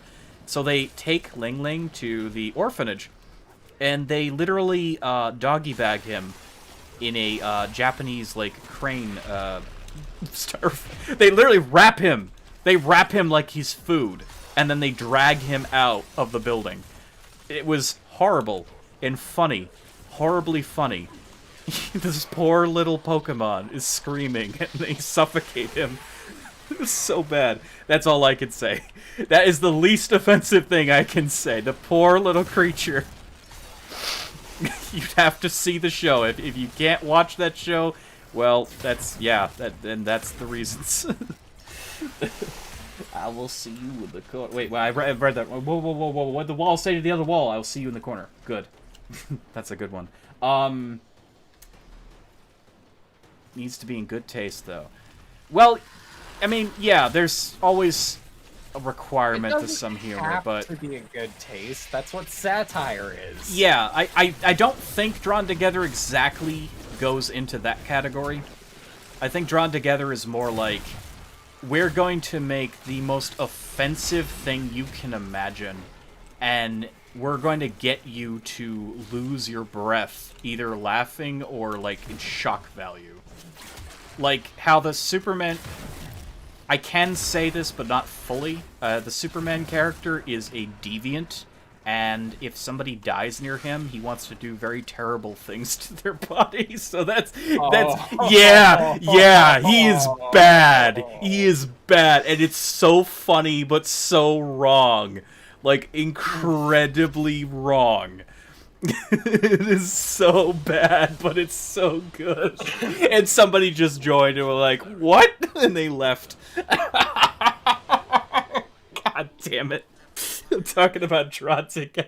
And he has this, like, really robust, stereotypical hero voice. So he's like, oh, your eyes say no, but your butt says yes. And there's a dead body looking back up at him, and it's just like, what the fuck? What the fuck am I watching? And they show him in his room, and there's all this shit, this paraphernalia, and it's just like, what the shit am I watching? He's so bad. Poor little Pokemon. The confusion for that person. Yeah, exactly. Another, like, they enter, and it's like, what am I listening to? Now we're talking about Drawn Together. The show is so good. I need to get the DVD of that. That was such a good show. And there was this, was a bad guy? There was, like, a bad guy that, no, I can't joke about that on I air. linked a clip in the Discord for later of Okay, I can't. Chloe High. All right, I'll have to look at that. I can't. Yeah, I can't for joke later. about this It's next for part. later. I actually can't mention what just went through my mind. But it's if you want something in unbelievable terms of ridiculousness, like something that rivals, in fact, in many ways excels past South Park. You gotta see Drawn Together. I can't. Yeah, no, I can't talk about that other thing I just thought of. That's a no-no. Oh, there is a Disney-inspired princess, and she's kind of unhinged. Yeah, she's a little messed up in the head. There's an episode where she mistakes the UPS guy for the devil, and she goes on a. She basically pulls him into her own psychosis. So she thinks he's the Dark Lord. And she goes with him delivering, innocent, just delivering packages, and ends up, I think eventually by the end of the episode, he ends up committing, like, several murders under her direction, and she's, like, topless firing a gun and throwing bombs at people and shit. And that, literally, the entire episode, with her section of that episode, had no purpose whatsoever. It's just literally her losing herself in her imagination and taking some poor guy that is living an otherwise average, normal life and turning him into basically Anakin Skywalker. It's so bad. It's just like, why does this I don't know happen? why I thought this was a mobile defense. Yeah, I thought it was too. I see that room and I think, I gotta defend that console. I must protect the computer at all costs. Glad I noticed. No. Yeah, this is a sabotage. Sabotage. Sabotage. But yeah, like I said, The Muffin Man. if you're looking for a good laugh, I could recommend Drawn Together, but probably watch it alone or with like-minded friends, because again, some of the things they do are so If you are incredibly... easily offended, do not watch. Yeah, oh god, yeah. I mentioned the deviancy of their Superman character. That's only the tip of the iceberg. That's only the tip. There's like so many shows that I've seen that are like that, and it's like, yeah, if you don't have this type of humor, don't watch this. I mean, Like, South Park has done I'll some recommend ridiculous it. things too. I'll recommend a show to somebody, and then I'll immediately have to say, like, if you don't like this type of humor, do not watch it. Oh, I should probably remind you about that scene. What scene? That scene. Oh my god. I am unoffendable. Then you'd probably like it. It's ridiculous. Some of the stuff they come up with is ridiculous. One of the best works of art that has ever been banhammered by the networks. Literally, they don't show it anywhere. They don't show Drawn Together anymore. Adult Swim was like, this is too much. Comedy Central was like, this is too much. They don't, and it doesn't deserve that. It doesn't deserve that. Your intention was to create something that rivaled South Park. You achieved that. You got punished for it. South Park even toned down during that era. They actually toned down some of their humor because... No, you can watch it for free on Comedy Central. Wait, what? You can watch it for It's free back? on Comedy Central. I mean, it's not... They're not making it anymore. Wait, it's really... They put it on the network again. On the website. Only on the website, though, probably. Wow. Okay. Well, good Comedy Central. I'm glad you grew some balls. Yeah, because for a while you couldn't. I don't have that sort of humor. That's okay. That's okay. Yeah, I mean, again, some things, like, people might watch something and be like, why? Just why? It's kind of like, are you a Star Wars or are you a Star Trek fan? And there's a few people who are both, and then there's those strict, like, I am Star Wars, or I am, Star Trek. it comes down that kind of road. It's like, can you watch South Park every episode and laugh your ass off, or is there one or two subjects that are going to make you cringe and be like, I cannot watch this? It's that same kind of railroad, you know, one direction or the other. Sometimes they can go in both. Sometimes you'll be fine with it. Other times, not so much. That's to each their own. I think humor is humor at the end of the day, and I can be shocked and laugh my ass off about a variety of things. It feels good to laugh. As somebody with depression, of course, I'm speaking again because I have depression, but for me, that kind of stuff can really get me out of my funk, you know? Need a good laugh. Need a quick laugh. It helps. Every little bit helps. Locate the hostage. Oh, lovely. Why? Super Jail is another one of those. I'm touchy though. That's okay. Again, not everything's for everyone. Are there two? Yes. You ever seen Super Jail, Garrett? Which one? Super Jail. I saw one episode, I think. It's like an acid trip. Yeah, I know it was kind of like... It had that sort of thematics about it. It was kind of hard to follow. What I was told by a friend was, think Willy Wonka is in charge of a prison for ridiculous crimes and people. Think Willy Wonka's in charge of a prison while he's on acid. Yeah. Like, I didn't hate it. I had trouble following it, probably because of how ridiculous it got in its own story writing. Yeah, I could see some of the humor being offensive to some people, definitely. I think it's easier to watch, though, than some of the other stuff that came out during that time. But I didn't see enough of it, to be honest. I think I saw one full episode and probably, like, a quarter or a half episode. Didn't have TV at the time, so didn't really have many picks for shows. I go over to friends and watch what they're watching. Big mistake! One of my friends was watching, what's that, Dragon Ball Z? Oh, wow. No. Sadly, I've watched more of that than Super Chill. I can't handle it. I can't handle it. It hurts my brain. It hurts my brain, okay? I'm going to use a technique now after 5 hours of you listening to me talk about techniques with this guy trading blows in literally the same spot. Even my final form. And he's like, I beat you, you're defeated. Aha, but now I have the super something. Oh no, he's got the super something. Now I'm even stronger than you ever were 3 seconds ago, even though I didn't know you had that awesome ability. I'm gonna grow to exponential size. Hey guys, I have a solution. I'm gonna teleport him to a planet. Ball, I couldn't do Dragon Ball. I fucking hate it. I can't. Why do people like that? Why? Why do people like that? Why? Why? Why do they have tails? Okay, Garrett. I can't. This is a spy mission. Thank you for warning me, because it literally almost clicked. I can't handle Dragon Ball, guys. I can't. I'll handle... The reason the main character had a tail is because they are a space monkey race. I'm not even kidding. I can't handle it. Of space monkey. Oh, you know how Not cumbersome that would be? Space werewolf monkey. Aren't they supposed to do kung fu and shit? You know what would happen if you had a fucking tail and you tried to do a roundhouse? You would rip that fucker out of your ass. Your spinal column would go...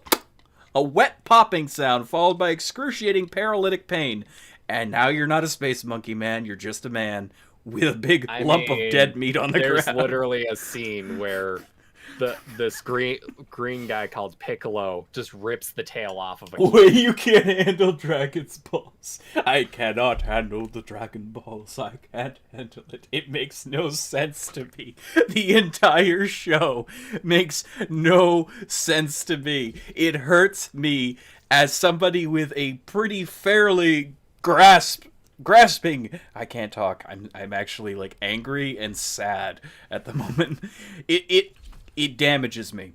The show damages me. I can't handle Dragon Ball for the specific reason that I do not want to sit for 10 minutes watching a full-grown man scream. Yeah, Bane would be like, hey, Garrett, let's try to withstand an episode of Dragon Ball Z. Garrett, 3 seconds in.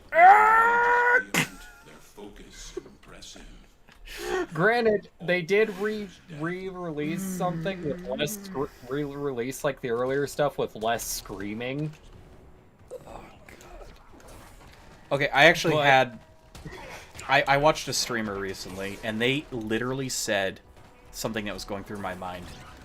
They were like, okay, so you know what Chrono Trigger is? And I was like, oh my god, this person is a person of culture. They know what Chrono Trigger is. That's the same artist, by the way, as Dragon Ball Z. Chrono Trigger came out before Dragon Ball Z. And they're like, okay, so how do you go from making a masterpiece both in story and art form, Chrono Trigger, to making a shitfire disaster, aka Dragon Ball Z? If the kids who loved Dragon Ball Z ever played Chrono Trigger, if they ever played it, they would know what a shitfire Dragon Ball Z was. Because Chrono Trigger is easily one of the best RPGs ever made, both mechanically and story-wise. It is a work of art. I said one of the best, I didn't say the best. One of Arbiters. the best. Where? I don't see them. They just said you have strayed too far from the path. Well, then I guess they're behind you somewhere. Probably. I'm ignoring Oh wait, them. Arbiters! I thought you were talking about the other Stalker boys. Never mind. No, we're good. We're good. I mistook Arbiters for something far worse. Nah, Arbiters are fine. Trigger the alarms now. You must be judged. They will be following you, though. Just be advised. And they will be scaled up to Steel Path. Are arbiters the balls? No, Arbiters, I think, are the... Hey, it auto-hacked! Yay. They are the, I think they're the Osprey? No, I think they're corrupted. They're corrupted, yeah. Yeah, I think they're corrupted enemies, so they'll charge you and gun you down. I think so, unless somebody knows more than I do. I can't remember. I can't remember all of them. I just know Red Veil was, like, OP back in the day. They would send a roving band of super infested to eat you. Who remembers when they were, like, unstoppable? Oh, God. Who pissed off Red Veil? No! Okay, sorry. I'm not, like, trying to avoid reading stuff. I'm distracted, and I'm getting hyper now. Dragon Ball Z really messed me up. Okay, so... What is the worst than one dead baby nailed to a tree? Dead baby nailed to a tree in pieces. I don't, I mean, yeah, I can see where some people would think it's dark humor. I don't really... I just see that as a sentence. I think that one is a little, more blunt. It's not... It doesn't have, like, a subtle twist to it. The emo with the handshake was kind of funny, but... If you trigger the Yeah. alarms now, the enemy will start the Let's see. I am fucking this up. Why am I fucking this up? There we go. Hey, got it. Okay. Let's see. This one's easy. We just have to jump across the chasm. Oh, but I can't really do that while invisible. Well, hopefully they won't look over here. There we go. Sometimes they'll look through the window and they'll actually detect you. I don't think they're supposed to do that. Hey, I did it. But they will sometimes. Which is very irritating. excellent work. A clean To distraction. be honest, I really liked Dragon Ball. I don't... Get to I extraction. cannot share that enthusiasm. For me, the show hurts my mind, and I start ripping it apart. But again, I mean, you like the things that you're exposed to. You form an attachment to Yeah, them. I literally I like watched- Digimon, for instance. I watched through the Namek saga, I think. And then I dropped off. And yeah, I'm still watching One Piece. Help Regin's Mesmer skin was in duration and not in charges. Duration, not in charges. I grew up watching it. Yeah, see, like you end up forming these attachments to things that you like, and no one can tell you otherwise. Like, I do recognize Power Rangers as very campy. I loved Power Rangers, and I can say for certain I loved the original beginning to end of Power Rangers, Rangers All the Way to Space, which was supposed to be the end, and then they, of course, money and franchise is huge. Let's continue it. It gets really strange after that. It gets very strange. And even for Power Rangers. So I loved the shit out of Power Rangers. I still love the shit out of Power Rangers. But I have a hard time accepting the aftermath up till now. It's like, oh, this is weird. This is weird. I mean, first of all, they literally kill all the evil in the universe at the end of Space. All of it is gone. 100% gone. The follow-up series, Galaxy, does not explain where it comes from. It just, bad guys. More aliens. More demons. We don't know. Just throw them at people. We don't care. They literally threw out the story. So I had a hard time with that. I did end up watching Galaxies not too long ago, and Galaxy was odd. I mean, it tries to capture the spirit of the original season, but it fails in many ways. I loved Digimon. I love Digimon as well. Also, Digimon, I always talk about this. I don't want people to forget. They commit a huge sin to the fandom. After the original story with the Digidestin, they open up with a completely new series with new Digimon, but they retcon the actual story. They say it wasn't real. It never happened. It was a TV show. That hurt. I stopped watching at that. I was so mad. I was so very mad. Garrett, What? I just need you to take a minute and like look at What did you how do? I've got my right screen set up. What did you do? What am I looking at? So this is my video. Yeah. This is yours. Here's your chat. Here's my chat. Oh my god. Just don't crash your system doing that, okay? Bane is no. This is made for gaming, so it doesn't take Oh up a my lot God. of memory. Bane is literally micromanaging and efficiently managing his entire streaming experience right now. He's got my chat next to yours, next to his own chat, with his stream running. Good God. Those colorful fellows. Yeah, the Power Rangers were very, very chromatic. Wait, what? No, Yeah, there's a I horrible just way. found that, Why'd they I do just the found that Digimon? funny and You never saw that season, Dakota? Oh my god. Okay, so they start, we're kids when it came out, so they're trying to introduce something new and cool. So after the story concludes with the Digidestined, they literally write an ending. And it's a beautiful, what kind of mission is that? assassination. Okay, I just wanted to know if there wasn't another. Yeah, warn me about spy missions, that's it. So they conclude the story of the Digidestined. They literally talk about the aftermath, and they show them grown up, and they have families. And their kids are introduced to Digimon. The end. Happy story. Beautiful way to end a series. What did they do immediately? But wait, there's a new season. How can there be a new season? They just ended it. Oh, they're going to do the kids, right? No, wrong. They're going to...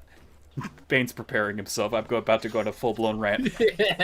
We've talked about this. I go into a rage about this. So, no, they don't do the kids of the Digidestined. Every single They- time. they're You not just even- had to get him on Digimon. They don't even go into the same reality. You know what the new series of Digimon was?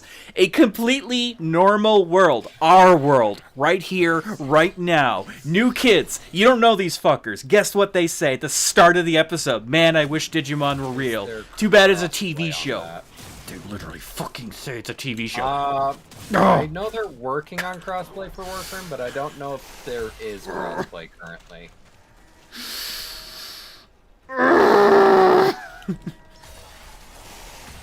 No, I don't think there's crossplay at the moment. There will be though. That's the big thing. Yeah, they literally retcon Digimon. All the seasons, they retcon it. It never happened. It was a television show. That's it. Those characters that you see now, that's it. TK, Kari, fucking everyone, Mimi, they're not real. Matt, they're not real. None of them are real.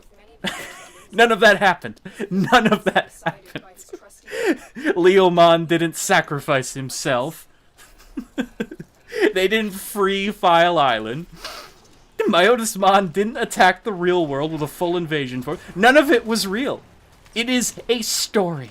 It's literally our world. And then they introduced Digimon. Within a story. Yeah, then they introduced Digimon. But I don't fucking care for Digimon. When you my soul.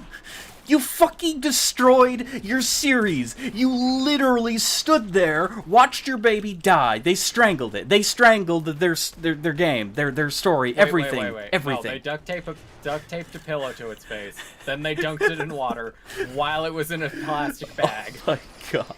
I'm so mad. I'm so mad. I'm still mad to this day. I've never gotten over that. That would be like in Pokemon. That'd be like in Pokemon where Ash wakes up at the hospital. By the way, this is a real theory. Wakes up at the hospital. Pikachu, where's my Pikachu? Ash, what the hell are you talking about? You got struck by lightning. You can't go running in a field full of pigeons. You mean Pidgeys? I was gonna catch one. No, Ash. What? It's a pigeon. Where's my Pikachu? What the hell's a Pikachu? My mouse, my electric mouse. What the hell is he talking about? There's no such thing. My Pokemon! What? Ash, you've been in the hospital for months. None of that was real. You were having a series of awful dreams. That would literally be the same thing. That is the same thing. That is literally what they did to Digimon. What about Jesse and James? Who was Team Jesse Rocket? and Jay? They're like the nurse comes in, it looks like Jesse or James, and it's like they're really nice people, and maybe there's a hospital cat that has the same coloration as Meowth, but there's no such thing as Pokemon. Never happened. None of it happened. Also, Brock's like a serial killer. Why not just insert that there? I mean, he called the rice ball a fucking donut. I know, yeah, he's a serial killer, all right. I know, I knew it. He's escaping from the lure. He can't go back to Pewter City, not after what he's done. Oh, that kills my soul. I'm sorry. Yeah, no, that Digimon. So no, the theory for that Oh. isn't that he's not in like the Pokemon world. The theory is that he went It's that and water got gun. into a Pew, pew. coma after Pikachu shocked the shit out of him. Oh, that's right. They weren't Pidgeys either. They were Spearows. They were Spearows. And that's the reason he saw Ho-Oh. No, I think he. Oh no, you're right. He sees it after the storm. After the storm, yeah. Yeah, he sees Ho-Oh because track it down. of, like isn't like the original lore for Ho-Oh like I know it has something to you do see with. it and you get you achieve happiness. Yeah, something. Something. Yeah, basically, it's the representation of the rainbow, the So- rising of a new day. Where the fuck is So, the console? The theory is that Ash sees Ho-Oh because he's in a coma. You never saw Ho-Oh. You never had a Pikachu. It's all in No, your no, head. he has Pikachu. He had a Pikachu. Pikachu put him in a coma, and then he sees Ho-Oh, and because he's in a coma dream. Yeah. See, I don't believe that. Of course, I don't believe that at all because they've never referenced it after the fact. But, you get the gist of it, though, guys, right? Like, when you take something very valuable to the fan base and you destroy it, you literally take it and unapologetically smother it and set it on fire. That's what they did with Digimon. It'd be the same equivalent there with Pokemon. Pisses me off so bad about Digimon. I know, I'm still mad about it. Now, they did try to make up for it years later. I never saw the series, but they did a series where it takes place thousands of years in the future, and the essence of the characters gets transplanted into Digimon. So they're like fusions. I never saw it. I don't know how successful that was. I can't imagine it would have been very good because they already murdered their franchise. They were saying, well, in this world, it's our world. The Digimon aren't real until somehow they're real. And that wasn't a good story. In fact, I had a theory when that series did come out because there was a character Okay, there's like some umbrella shit going on. There's this organization, and there's this guy with blonde hair. And he is an asshole. You know, an uncaring asshole, as I can remember correctly. And he gets really interested in the emergence of Digimon in the real world. And how... You guys, like, look at your toilet paper after wiping. What does it just be? I think most human beings might, actually. It's just a Every reaction. once in a while, but... You want to make sure you got it. Every once in a while, but not generally. So this character bears a uncanny resemblance to grown-up TK. And I thought for a moment that what they were going to do was say, like, the show was real. The show of Digimon was real. It was a retelling of actual events. And TK grew up to be a real asshole. But no, they didn't even go with that. He's just some guy. And I guess he knew about the Digimon when he was a kid. If I remember correctly, he knew about them, and I guess something happened and he fell out of favor, so he's just been bitter ever since. I don't know. I don't remember. It did not connect in any way, shape, or form to the origins of Digimon. It was its own thing. And the problem being was it was its own thing. We wanted the story to continue. They ended the story, and they replaced it with a subpar, messy excuse that literally tells you all your favorite characters were never real. And that hurt. Like, that hurt a lot. It's very hard to tell kids who get interested in some sort of monster show that the next show is going to explain to them that they never existed. None of it mattered. Those struggles, you know, who here was like on the edge of their seat? Did you actually ever finish that, or did you just stop watching once they said? I got through like almost 90% of that season, and I was done with it. I was done with it. It was depressing. And no, as far as I know, it does not ever bleed into the normal story. The backlash was unbelievable. Was unbelievable. Kids stopped tuning in. Like, that was so bad of an idea. Oh, God. So bad. Just unbelievably bad. Now, there was another show I could compare. I think it only had one season. It was Monster Rancher. You know that game I played a week ago or so? Monster Rancher had its own show. It was very dark. There's a lot of advanced, grown-up themes in that. There's death, like permanent death. When a monster dies, they die very horribly in that. Worse than some of the death scenes in Digimon, because in Digimon they get erased. But in Monster Rancher, they convulse, they scream, they cry, and they get contorted and petrified into little discs. It's really fucked up. And there's themes of murder in Monster Rancher. There's, first of all, the main character, he's not from there. He had no choice in the matter. He basically accidentally into the world. He can't get home. You know how they end the American series? Now, the American series ends prematurely. I never got to see the Japanese version. I think I want to someday, just to know how it actually ends. But they prematured it. He ends up defeating the big bad and losing all his friends in the process, literally. And ends up waking up from a literal coma in his room. He had a seizure while playing the PlayStation. I am not kidding. I am not kidding. That is Monster Rancher, the American dub for on TV. So basically Digimon, but different. Yeah. Now, at least that explains itself, but I have a serious problem with that because that fucked me up. I was like, wait, no, he was defending, monsters and townspeople against the evil. He championed, he made friends, he had his best friend Mochi. None of that happened. He was literally sick. He couldn't think, he couldn't eat, and his mother was trying to check on him the entire time. He had a seizure the second he put the disc in, and the screen flashed. Oof. Yeah, it's so bad. I was so mad about that. But I'm less mad about that than I am about Digimon, because Digimon, they literally tell you none of it was real. In Monster Rancher, it's like a huge twist you never saw, and it's more acceptable because there's only that one season. So, yeah, Now, the Japanese version goes on for a lot longer than that. As a matter of fact, I think the American version, they spliced some imagery together to achieve that. I don't think half the things that happen in the American edition happen in the Japanese one.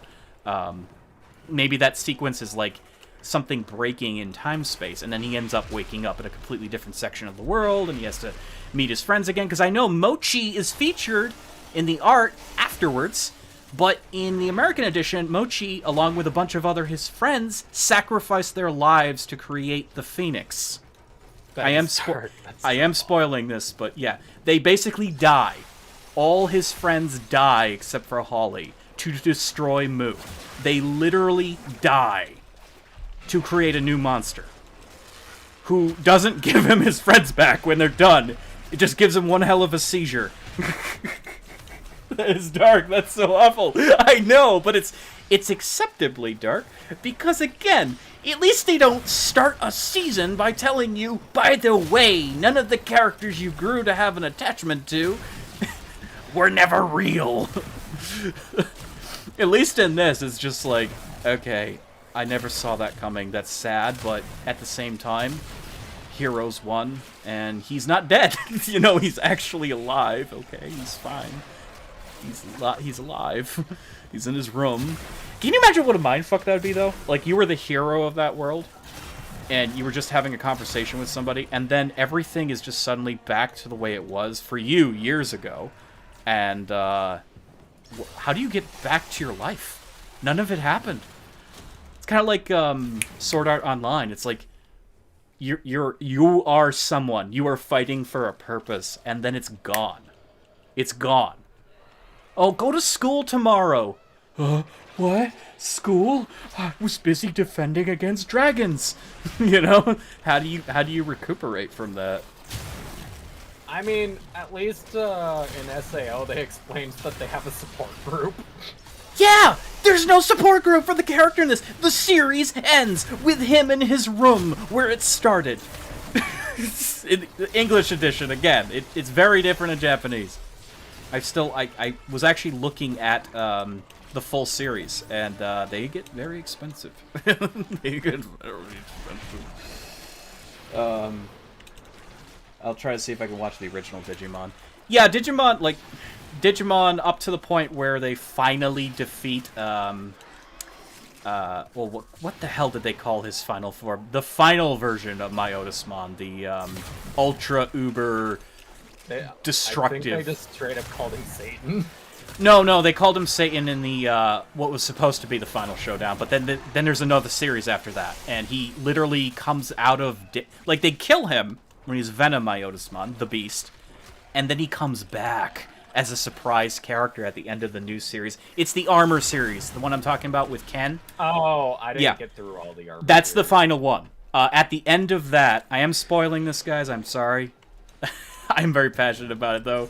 So basically, the devil comes back, and he's been living in the seams between the data.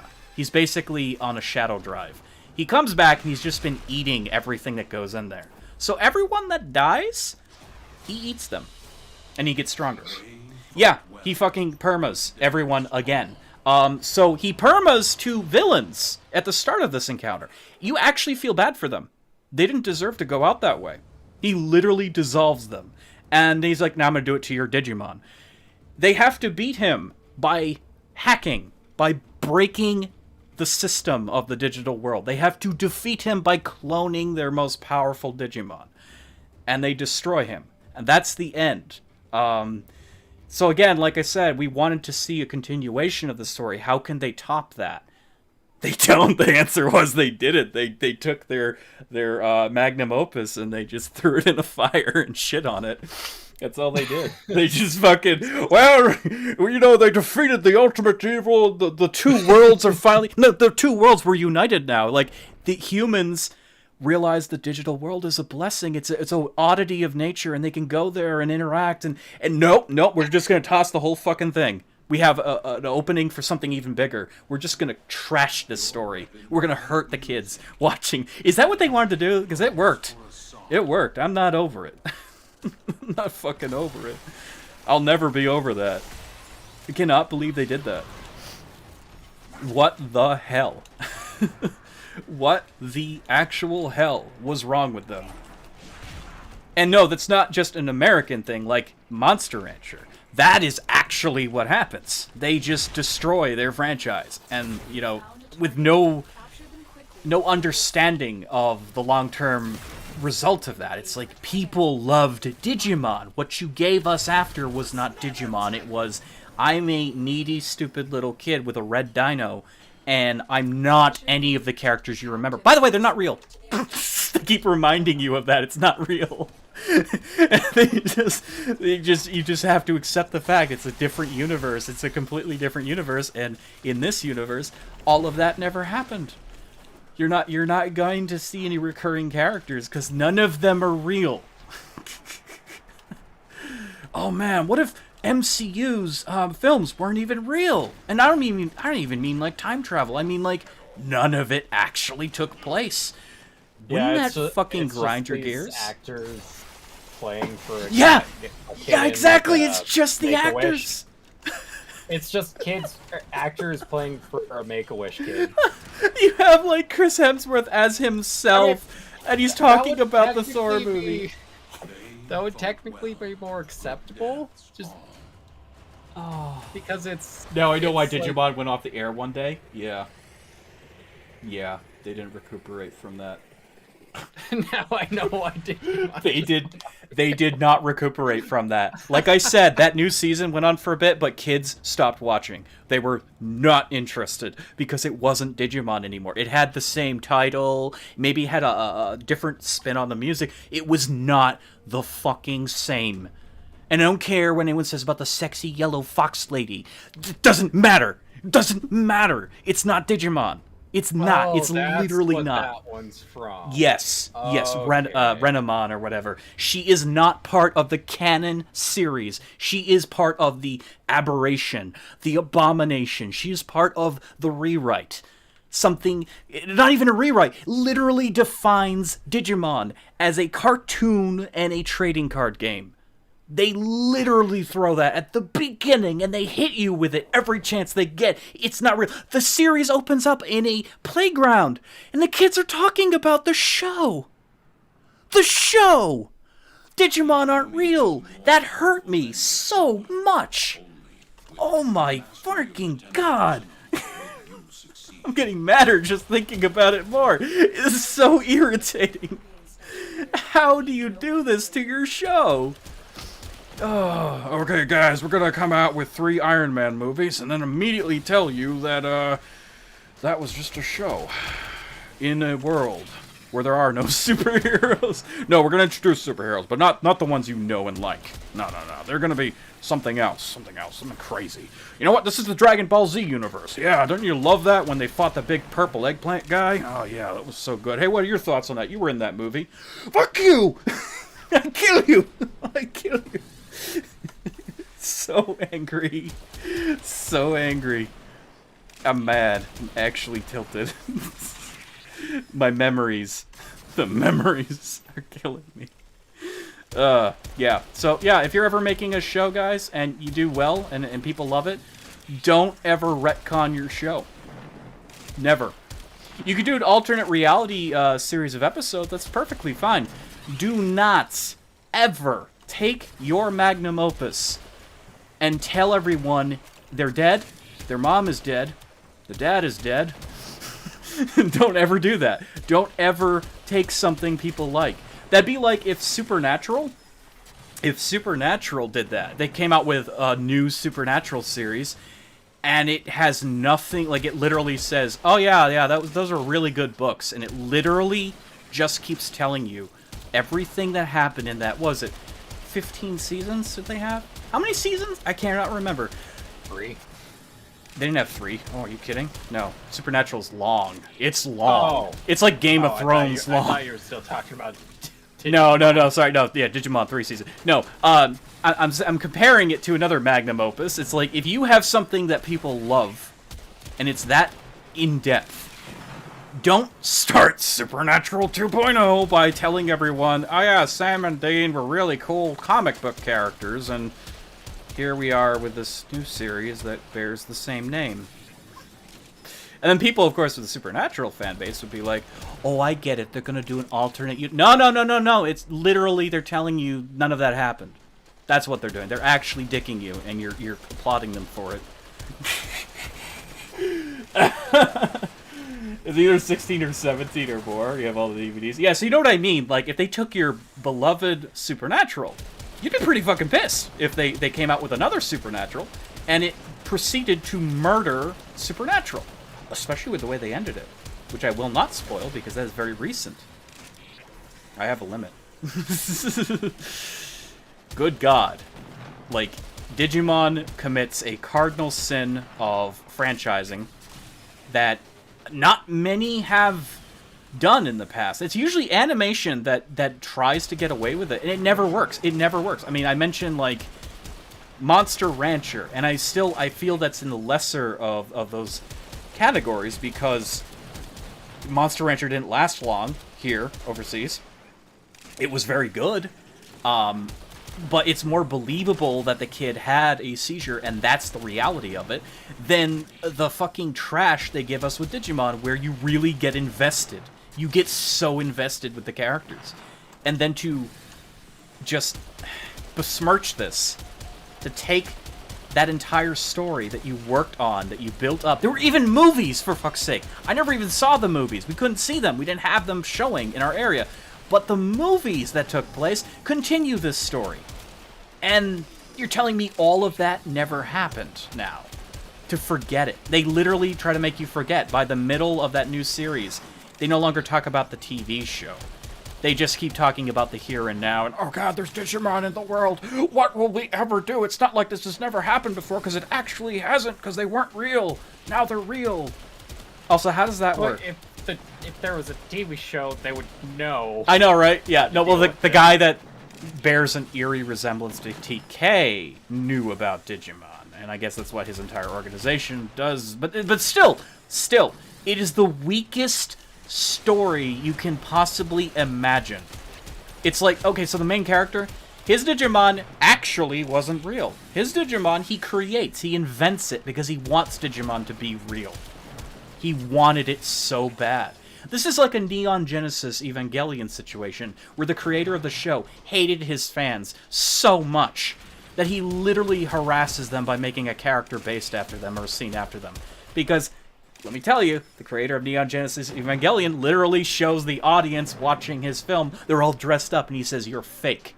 You're all fake. You're living a fantasy. He literally insults his audience, and they're like, what the fuck, man? We really like Neon Genesis. It's like, no, you're living a fantasy. It's just a show. So, Digimon literally has that same message going on about it. It's like, the kid wants them to be real. I was just so under...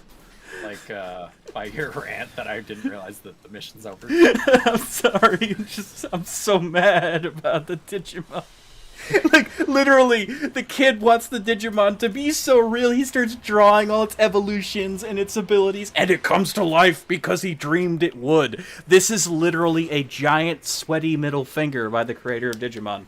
That is what I'm calling it. That's what that is. He's literally saying, don't you wish Digimon were real? Don't you? I'm gonna fucking kill all your characters. Sure Genesis doesn't do that. You know, it does.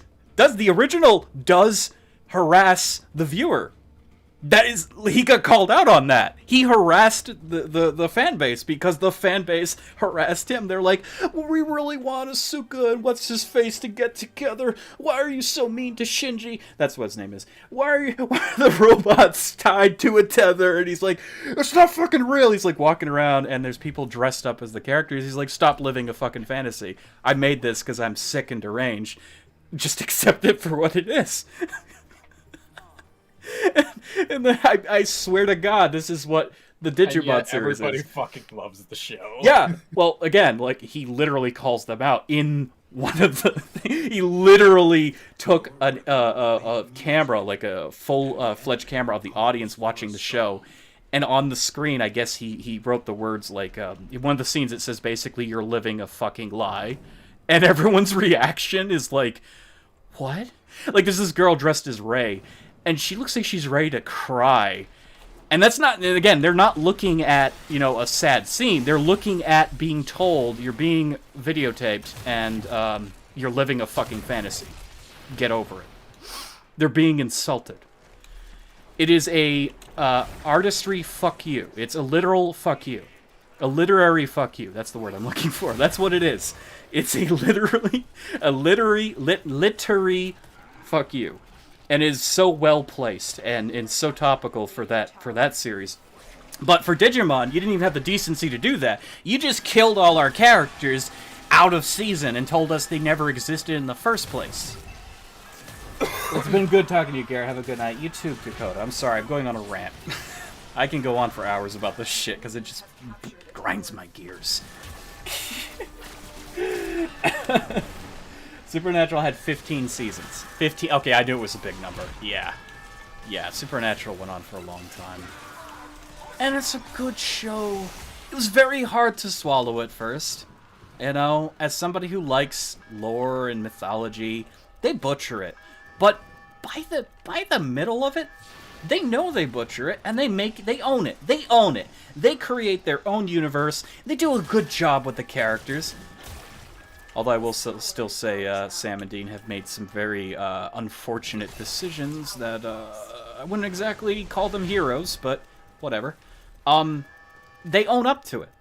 The show is creating its art, and it's accepting the world it's created.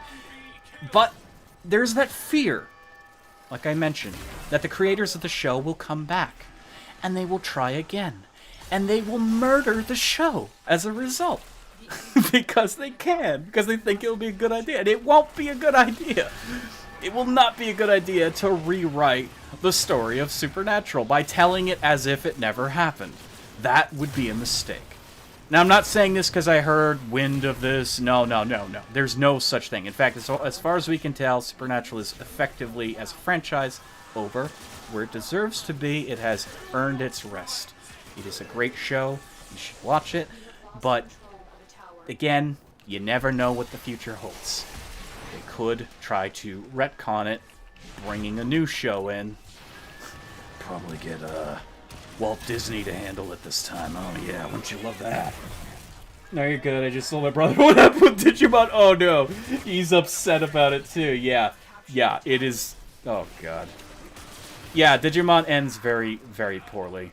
It ends very poorly. Like, I was upset about, like, Power Rangers in space, the way that ends. I'm gonna spoil this. So who remembers Zordon? You love Zordon? You trust Zordon? Zordon's like a father I never had.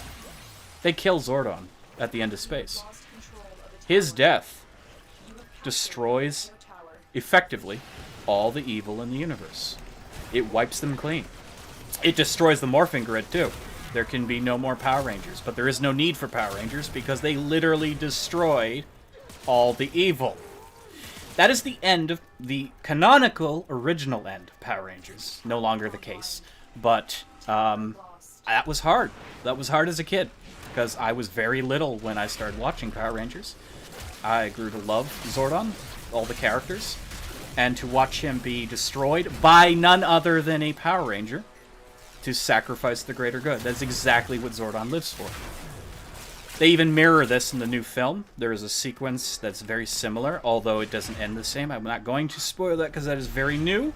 But even so, they remember. They remember. They're like, yes, you think you know what's going to happen. It's going to hurt, but don't worry. It's okay. Yeah, so that was hard to stomach. But it wasn't as hard to stomach as the Digimon thing. I do have to say, though, if and when I make my own thing, I'll be making notes of dumb shit creators that let it happen and win it for it. Yes, that is a very good practice. If you're making your own franchise, your own universe, make a list of mistakes and those repercussions that you've seen from those mistakes, i.e. the Digimon situation, retconning your entire franchise and reminding the viewer that it was not real to begin with. That is a big mistake.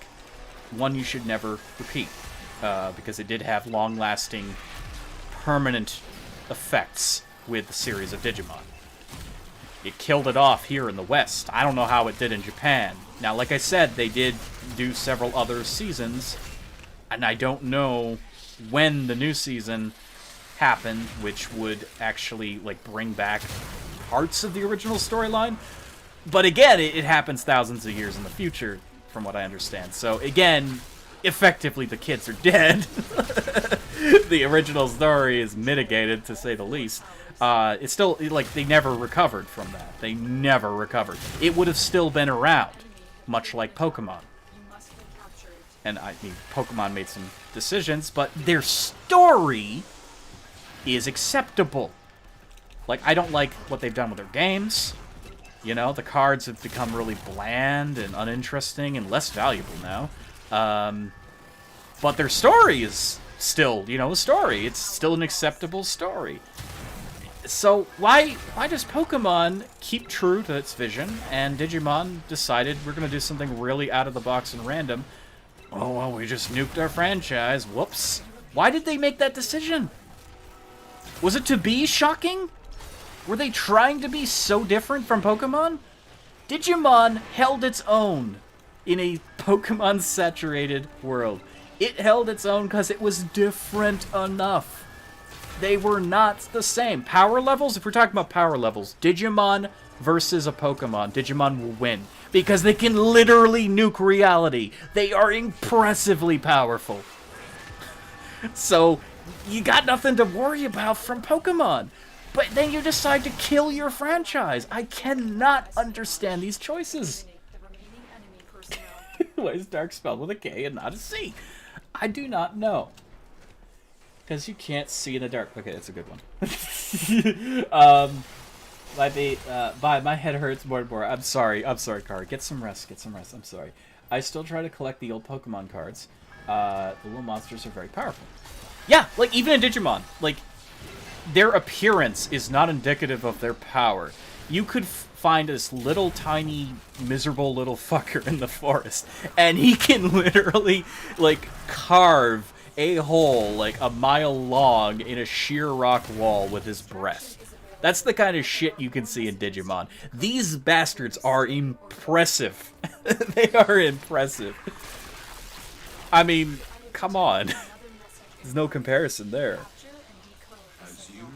Also, an interesting thing is, they're pretty much, for the most part, all Digimon are sentient. They can talk, they can feel, they can converse, they can understand, they can work together, they can, you know, be evil for the sake of evil. They have choice, whereas most Pokemon are just animals. They're just animals. So, in Digimon, potential allies.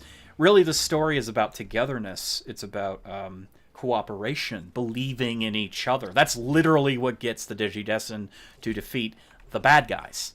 And even the first story isn't about defeating the bad guys. It's about saving the victims of an actual bad guy. All the monsters are other residents of the island who have been corrupted by the Dark Gears. So, literally, there's only one bad guy in that entire season. Well, there was that big, scary fucking insect that tried to eat Izzy, but I can't remember. Does he also start talking after they free him? It's been a while. It's been a while. I don't think he did. I think he was literally just always an asshole, hostile monster. Outside of that, like, everyone else is a victim of Devimon's evil master plan. Funny part is, Devimon is impressively powerful, and he is only in Season 1. He's only in Season 1, for obvious reasons, but yeah. Like, they come up with new bad guys.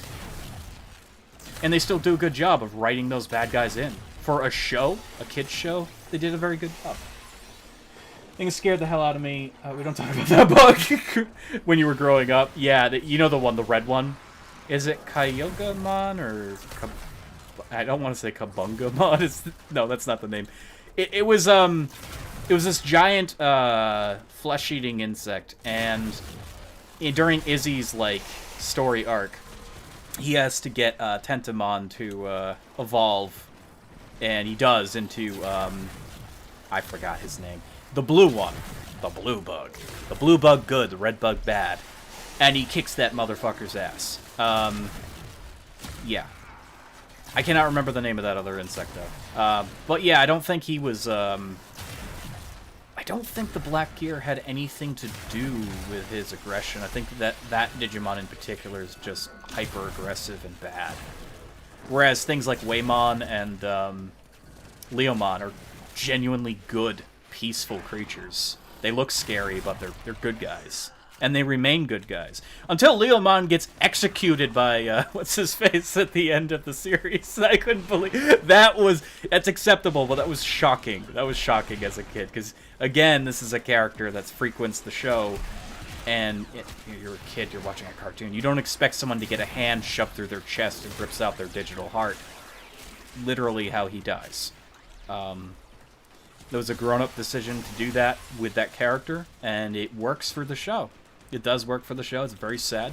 It's like a Game of Thrones moment, even though Game of Thrones wasn't even out. Yeah, Bane, they literally take a beloved character and they fucking rip his heart out on screen. Oh, and he dies slow. He dies so slow. Leomon? No, yeah, Leomon. Sorry, yeah, Leomon. Leomon gets his Metal Entomon, who is a ultimate level Digimon. Leomon's only a champion. He gets his ultimate fist shoved through his chest cavity and dies a painfully slow death in front of one of the kids. They have a long conversation with him before he dissolves into nothing, only to be devoured on the other end. You don't see it happen, but you know this is what happened. He gets fucking dissolved by Myotismon's remnant. So it's really fucked up. It's like a double, like, holy shit, what the fuck moment. That is so messed up. I'm trying to remember, that would be quite a bit of PSD for kids. Yeah, post-traumatic stress disorder. Yeah, exactly. Like, I mean, I can respect their artistic choice there, and that was, like what I said, that is a magnum opus of a show, because it had moments that came out of nowhere like that, and really shocked you.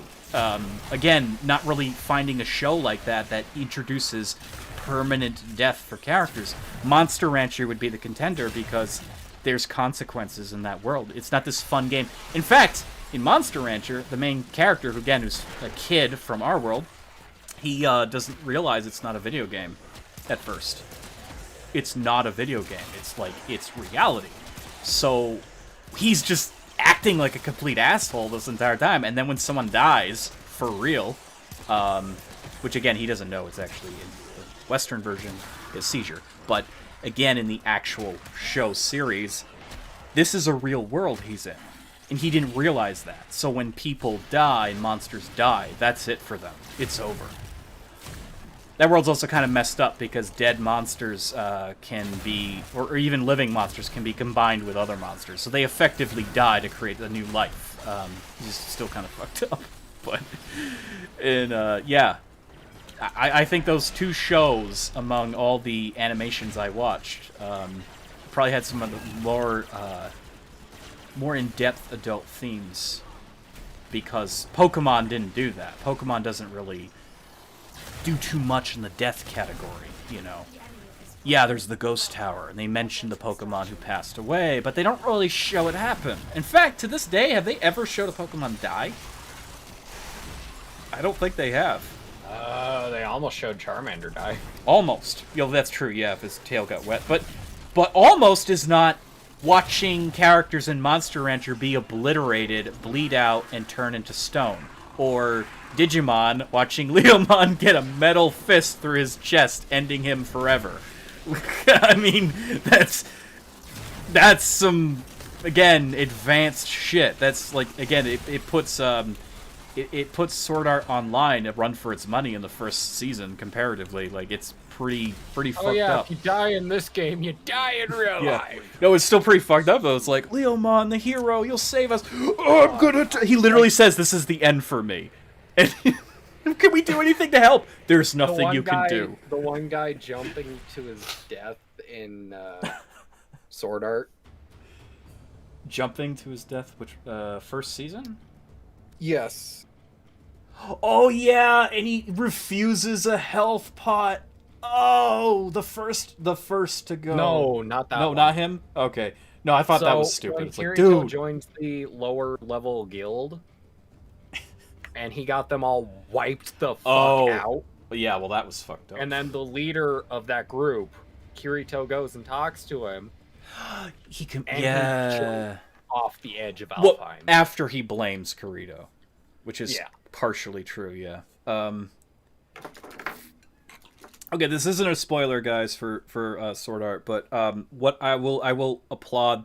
I really got into that series mostly because of that event Bane just talked about, because there is a sequence of events that happen as the series progresses on into the movies, into the other shows.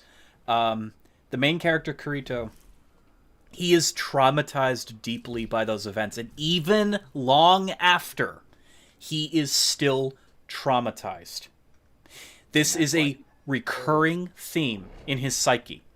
Things hit him wrong, and he'll see it in his mind. They do not shy away from his ultimate sin, his ultimate failure. The character is constantly reminded of this. And I did tell... I don't know if I want to say this spoiler, because it's so good. I told Bane about something that happens in one of the movies that he didn't see. He did... I did actually ask him before about it. There is a beautiful moment that revisits this in a whole nother light. And I was, like, on my edge of my seat, fuck yes! What?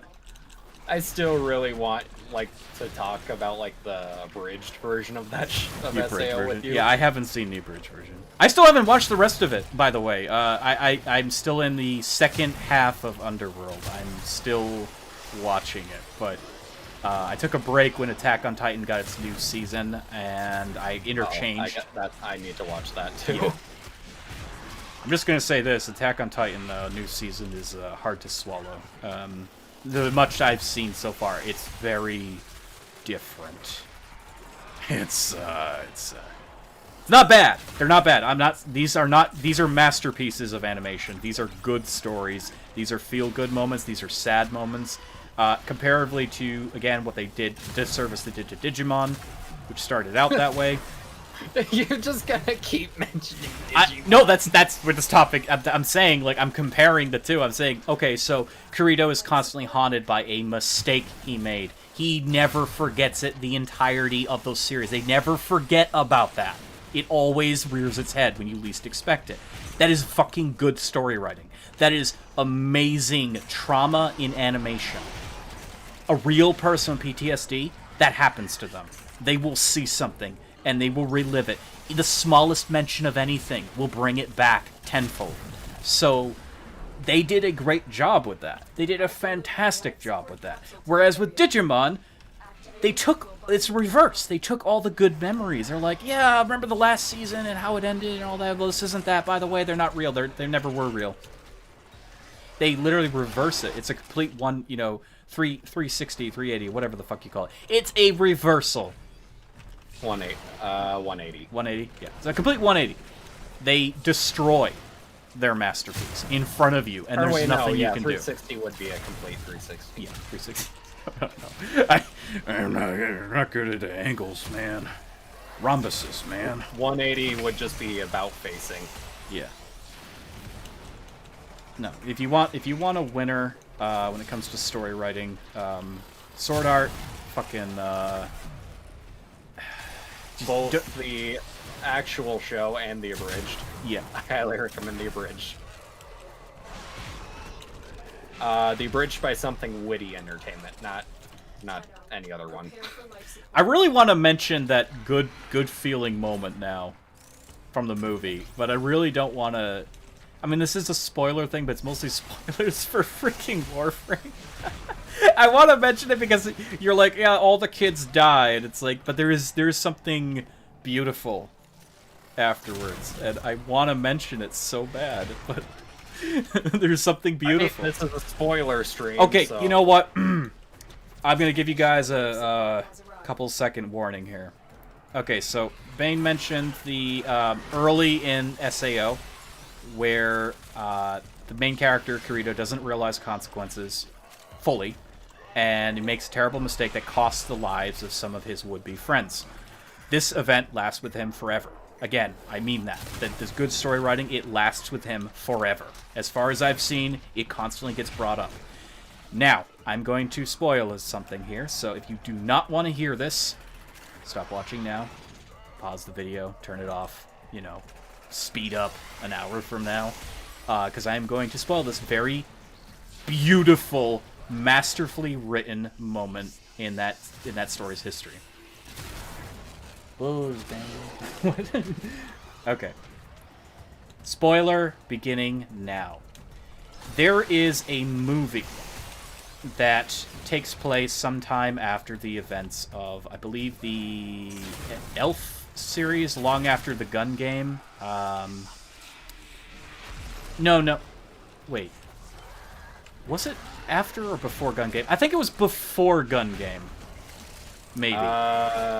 When does he go into the coma?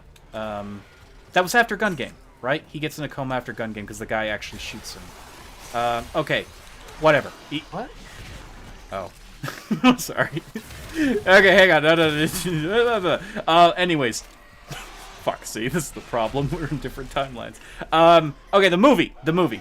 You already know this, because I did tell you this. You did want to know this, so I'm going to just go to that part. Anyways, there's a new game that comes out. Everyone's excited for this new game. It is using the source mainframe from the original SAO. Yeah, the thing that the kids were trapped in that could kill them if they fucked up. It's using that actual mainframe system.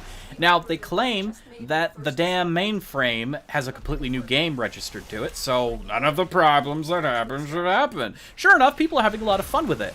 Kirito's still unsure. Also, he's really bad at this game. He is terrible at this game because it's a VR, it's like a Pokemon Go. It's like, it goes over your eyes in the real world. So you're not unconscious. However, there's a darker secret behind it. You remember how, there's that whole, like, theme where the characters, their true selves are revealed when they play the game? And that kind of, like, lingers? Well, yeah, the mainframe is kind of alive, deep on the inside. Well, now, what does that mean? Well, it means somebody has an ulterior motive for this, and there's actually a ghost in the machine. Actually, two ghosts. But something else happens. Speed up to the good part. At the end, they get trapped in the final fight that was supposed to take place in the original SAO. They get trapped. They must defeat the godly monster, the goddess of the world. They have to defeat her in order to shut off the thing, because it's actually killing people now. This is at the end of the film. It's actually killing people now, and the problem is it's unavoidable because it's in your head. So they have to go in there and defeat her. She actually has to be defeated because that was the original requirement for SAO to be turned off, but in the original series, that gets sped up. You remember how. If you've watched the show, you'll remember how. So, short story, she is too powerful, even for Kirito. She is too powerful. He has about 25% of the power he earned. It's not the same game, remember. Now, something happens where all the characters in the real world start channeling their belief or something, and memories of SAO. This causes Kirito to reach power levels unbeknown to mankind. He now is his representation, but he still can't do it. He still can't beat her. She is practically unbeatable. Suddenly, all these other characters transfer their character accounts, and they enter the world. All the characters from the previous seasons, they start entering to fight her. They still can't win. And as they're all doing it, a particular, another character that dies in the series, she comes back out of nothing. She literally, she's that purple-haired girl. She literally shows up and starts fighting with them. But it gets better! Because guess what? Guess what? Kirito's ultimate sin, the girl that stared him in the eyes and said, "I had a really fun time playing with you," and gets murdered, she's still alive in this mainframe. Her spirit, at least. He wills her into existence, and they are all kicking ass together. That's the beautiful part. That is the fucking part that had me on the edge of my seat, because this was his ultimate sin, his ultimate mistake, and she doesn't care. She's there for that battle to embolden his spirit to fight alongside him at long last. They're all fighting. It's so beautiful. They're actually given, like, actual, like, fleshy forms, too, in that... I mean, it's all digital. How do I explain that to people? It's like, it's a computer simulation? It's like they're alive again. But just for that, you know, sadly. Just for that.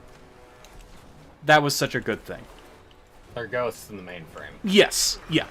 Basically, his spirit, his unwavering spirit, wills her into existence again from the moment she left. Like, it's almost as if she knew what had transpired. And she's there with the other dead girl. They're all fighting.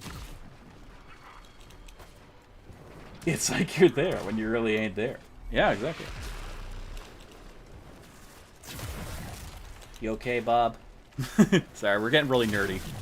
Anyways, I loved that. I loved that. That was like a very nice nod to the fan base. It's like, okay, well, we keep reminding you about his shortcomings, but she doesn't blame him. I mean, she didn't blame him when it happened. She didn't blame him, but that's the thing. He didn't know that at first, and even then, he still couldn't. He can never quite recover from that. But in that movie, she comes to life because he needs her help. He needs everyone's help. And it was beautiful. It was a beautiful moment. Low-level players help. No, well, she doesn't act like a low-level player. It's the belief in that they can all overcome this challenge. That it's basically it's a grave. That server is a graveyard, and they need to put it to rest. So her coming to life to help him shut it off, along with the other characters, this is literally a sense of honor and duty that many shows just don't grasp. It's like she wants to rest, they all need to rest, they deserve it, and his sins can be somewhat forgiven. I mean, again, she doesn't blame him, but he blames himself. So it's a beautiful moment, and it was actually heart-wrenching, but also, like, really kick-ass, because that's just amazing. Yeah. You okay, Bob? Yeah. Yeah. Alright, for me, that was a very touching moment. That was, like, super frickin' touching. It can't not be touching when a deceased character that they constantly remind you is dead just suddenly comes out of the ether. They just one-shotted that thing. And they one-shotted me. These guys are a lot worse than, yeah, the ones on Earth. And they should be. They're on Ken's favorite map. Anyways, that is the end of the spoiler. However, I expect a lot of people will not watch this until they see the rest of that series up to that point. And that show continues to amaze me with some of the story writing, like introduction of characters, the loss of characters, the indefinable human spirit. That's really what it's about, too. It's a show about how perseverance overcomes everything. Also, I'll have to say, if I have to describe the show to you in one word, it's how about an anime character that is so badass and he knows he's badass? Like, this is literally that's a way to just describe SAO to you.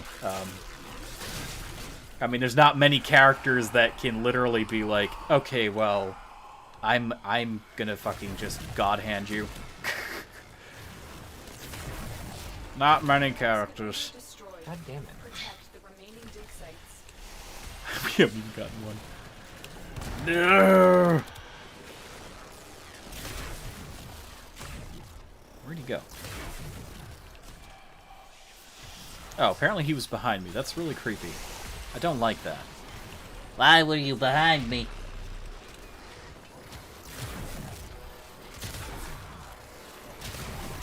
Don't be behind me. I think I've calmed down about my Digimon rant. It's okay. It can't hurt you anymore. It's a dead franchise.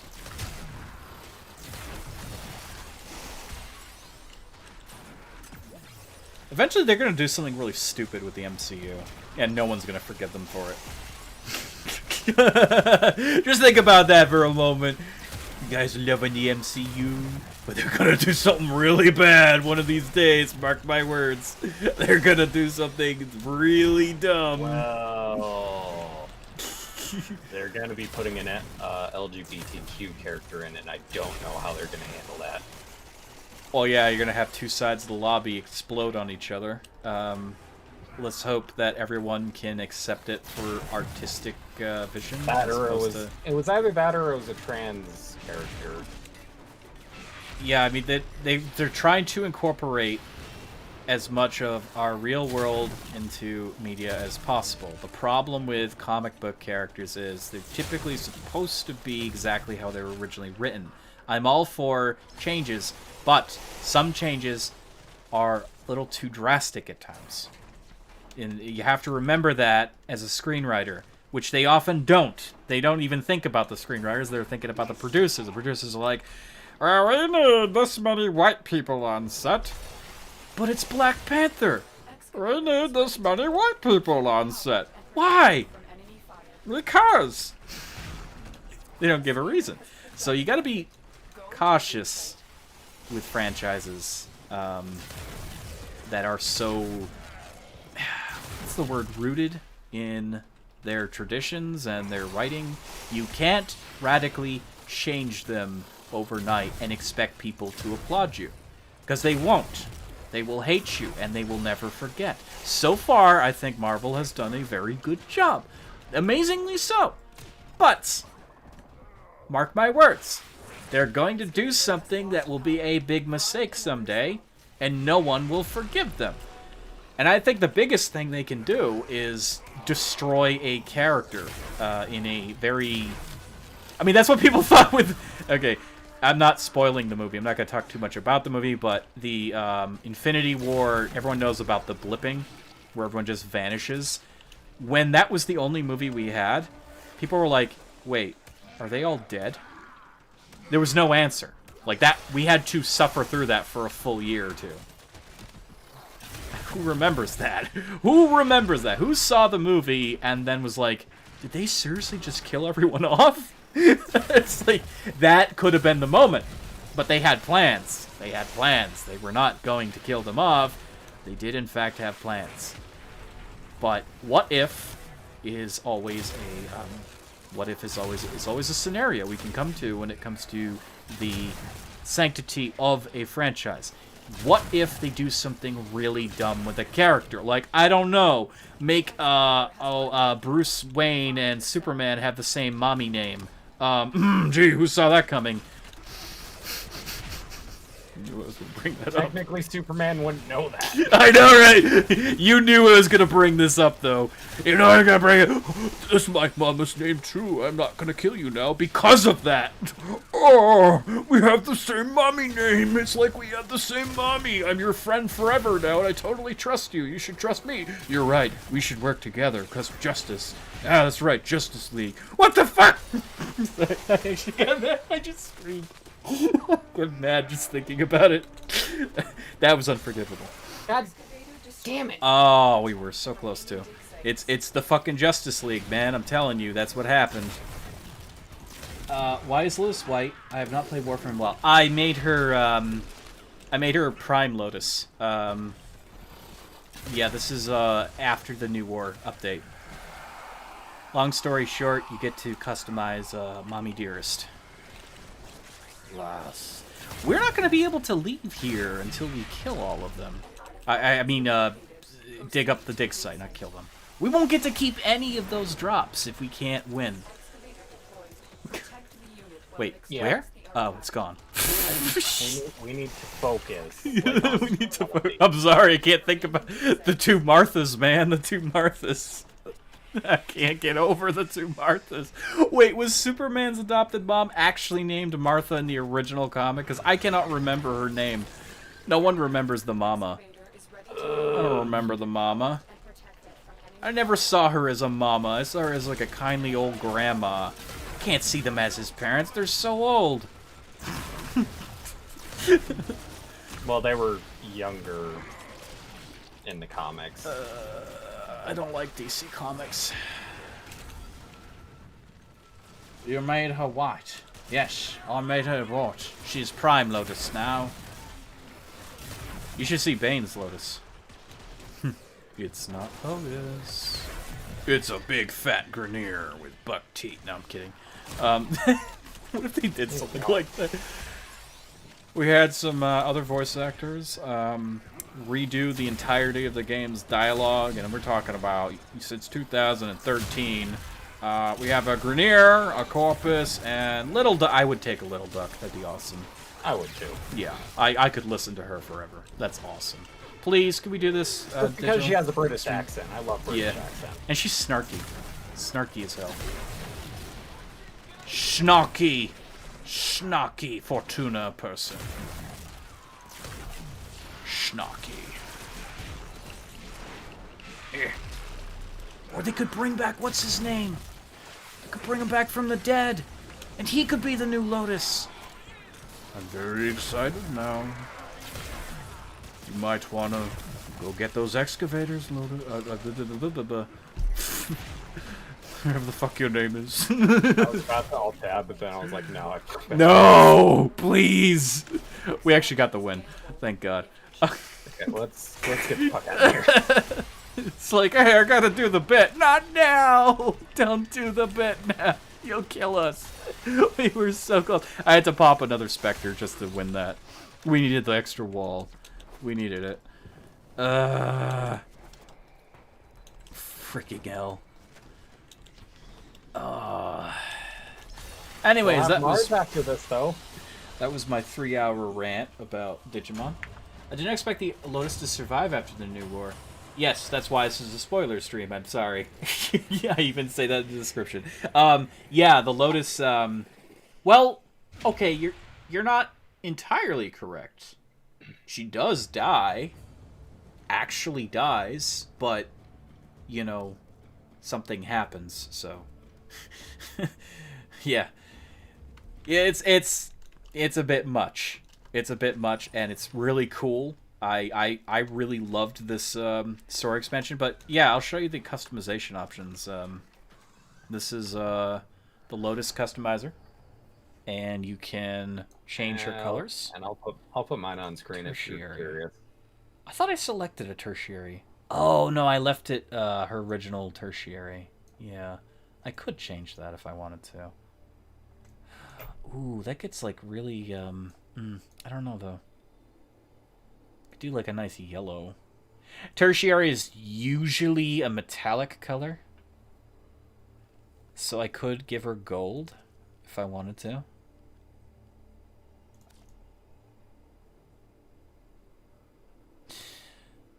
But at the same time, should probably do.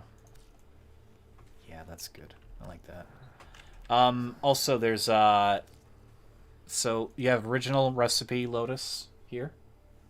Well, you know, upscaled. She didn't always look this good, but this is original recipe for the most part. The new game model.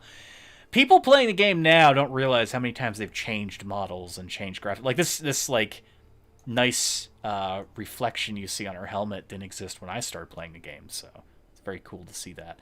So this is original recipe. This is the new Lotus, and then there's a bunch of choices. True Lotus, the dead girl that Lotus is based after, which for a long time the fan base believed was the Lotus, but they purposely made that story very complicated. We now know the true story of Margulis. And Eidolon Lotus, aka Ghost Girl, Best Girl.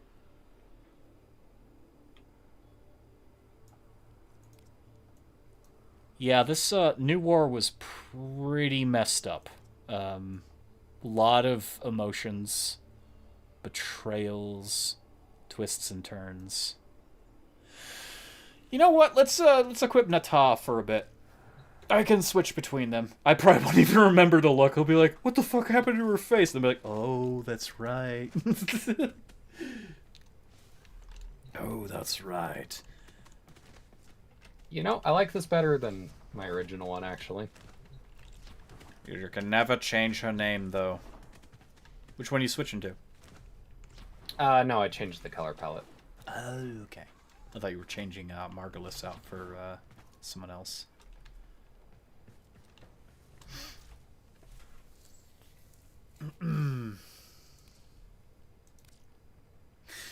I have no Kuva! Of course I don't have Kuva. Those of you just joining, we went on a several-hour rant about how bad the decision to retcon Digimon was. You didn't miss much. You just missed me getting infuriated and then remembering other stupid decisions in media, and then really good decisions in comparison. It was one of my rants that I have. Yeah, it was a long one. I'm done now. I'm done now. I'll be fine. I'll be fine. Also, if you weren't aware, the Digimon retconning decision was when we were still kids, so yeah, if you missed that, God, you'll have to watch this later. Spoilers, by the way. It's not like, oh wow, Digimon's still going on, what do you mean? No, it already happened. Okay, I'm done, I swear. I'm done.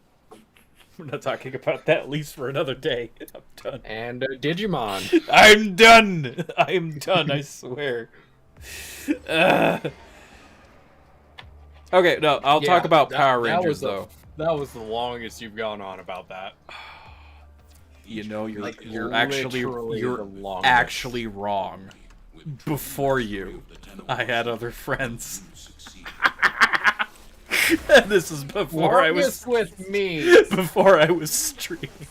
I went through the same thing. I think Kyle's response was, "Sucks to suck, doesn't it, boyo?" I was just like, ah! No.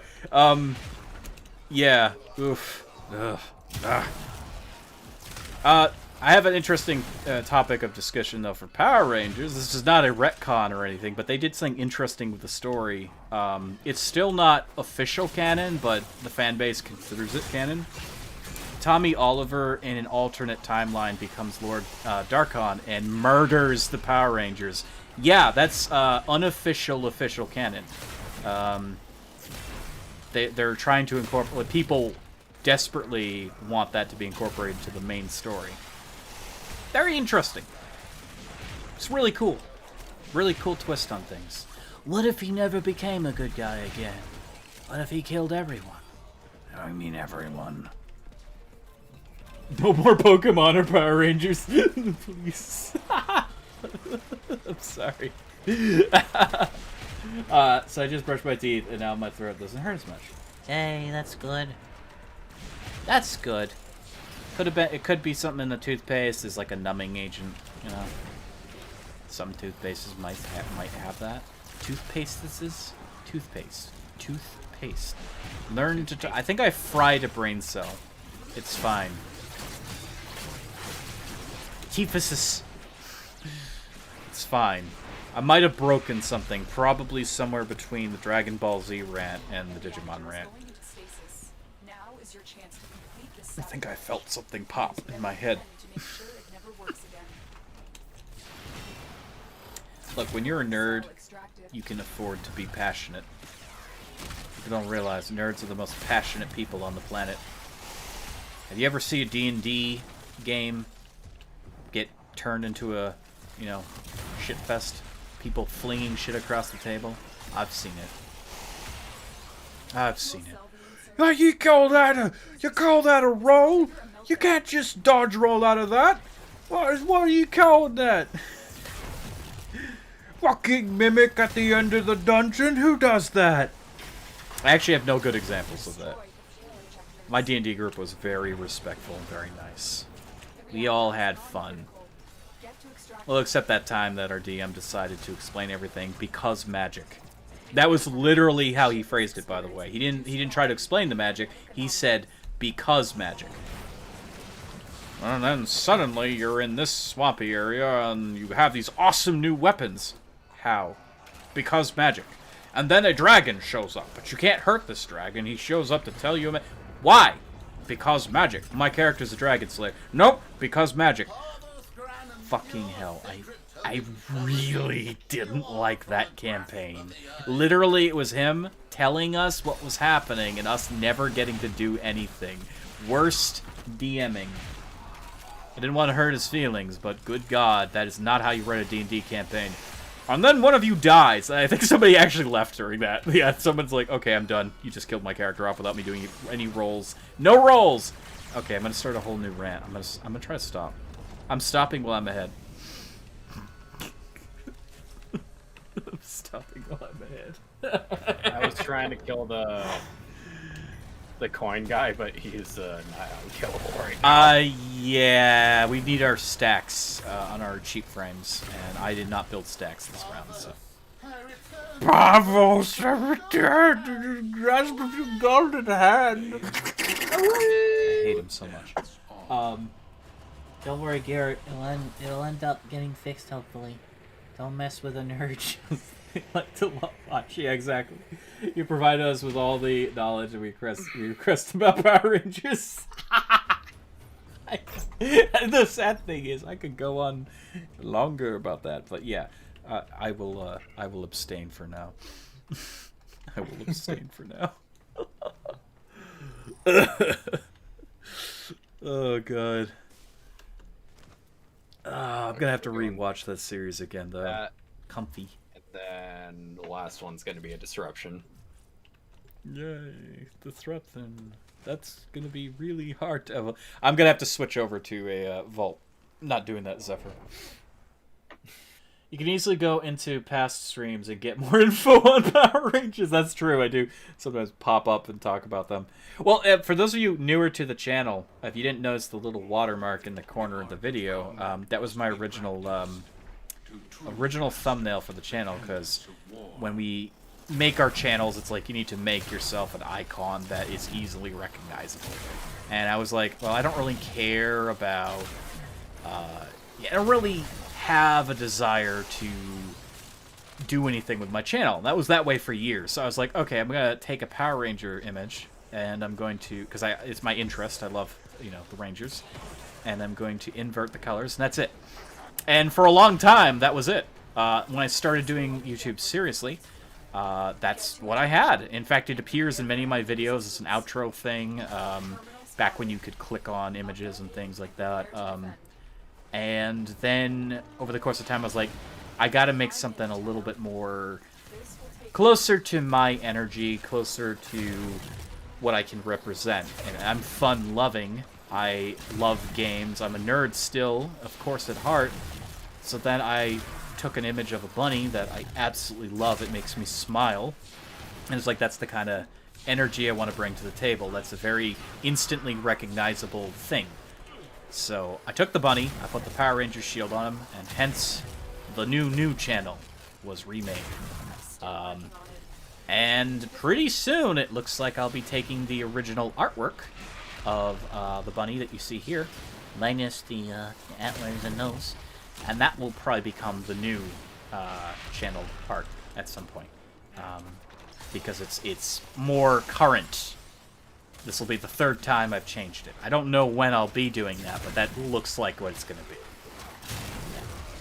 Bunny Power Ranger. I know, right? Yeah, that's I always think that's the funniest thing. I really want this as a VR chat model so badly, but I don't know any artists.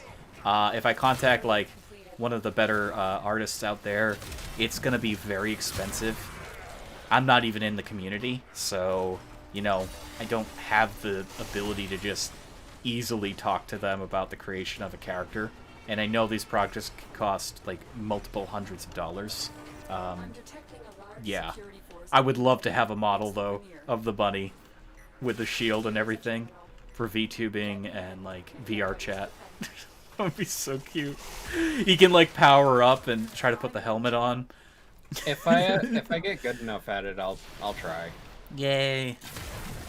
You or Keto are the closest, like, because she does 3D modeling, but she tries a lot of things, so she doesn't always finish. That would have to be like a Blender thing, I think.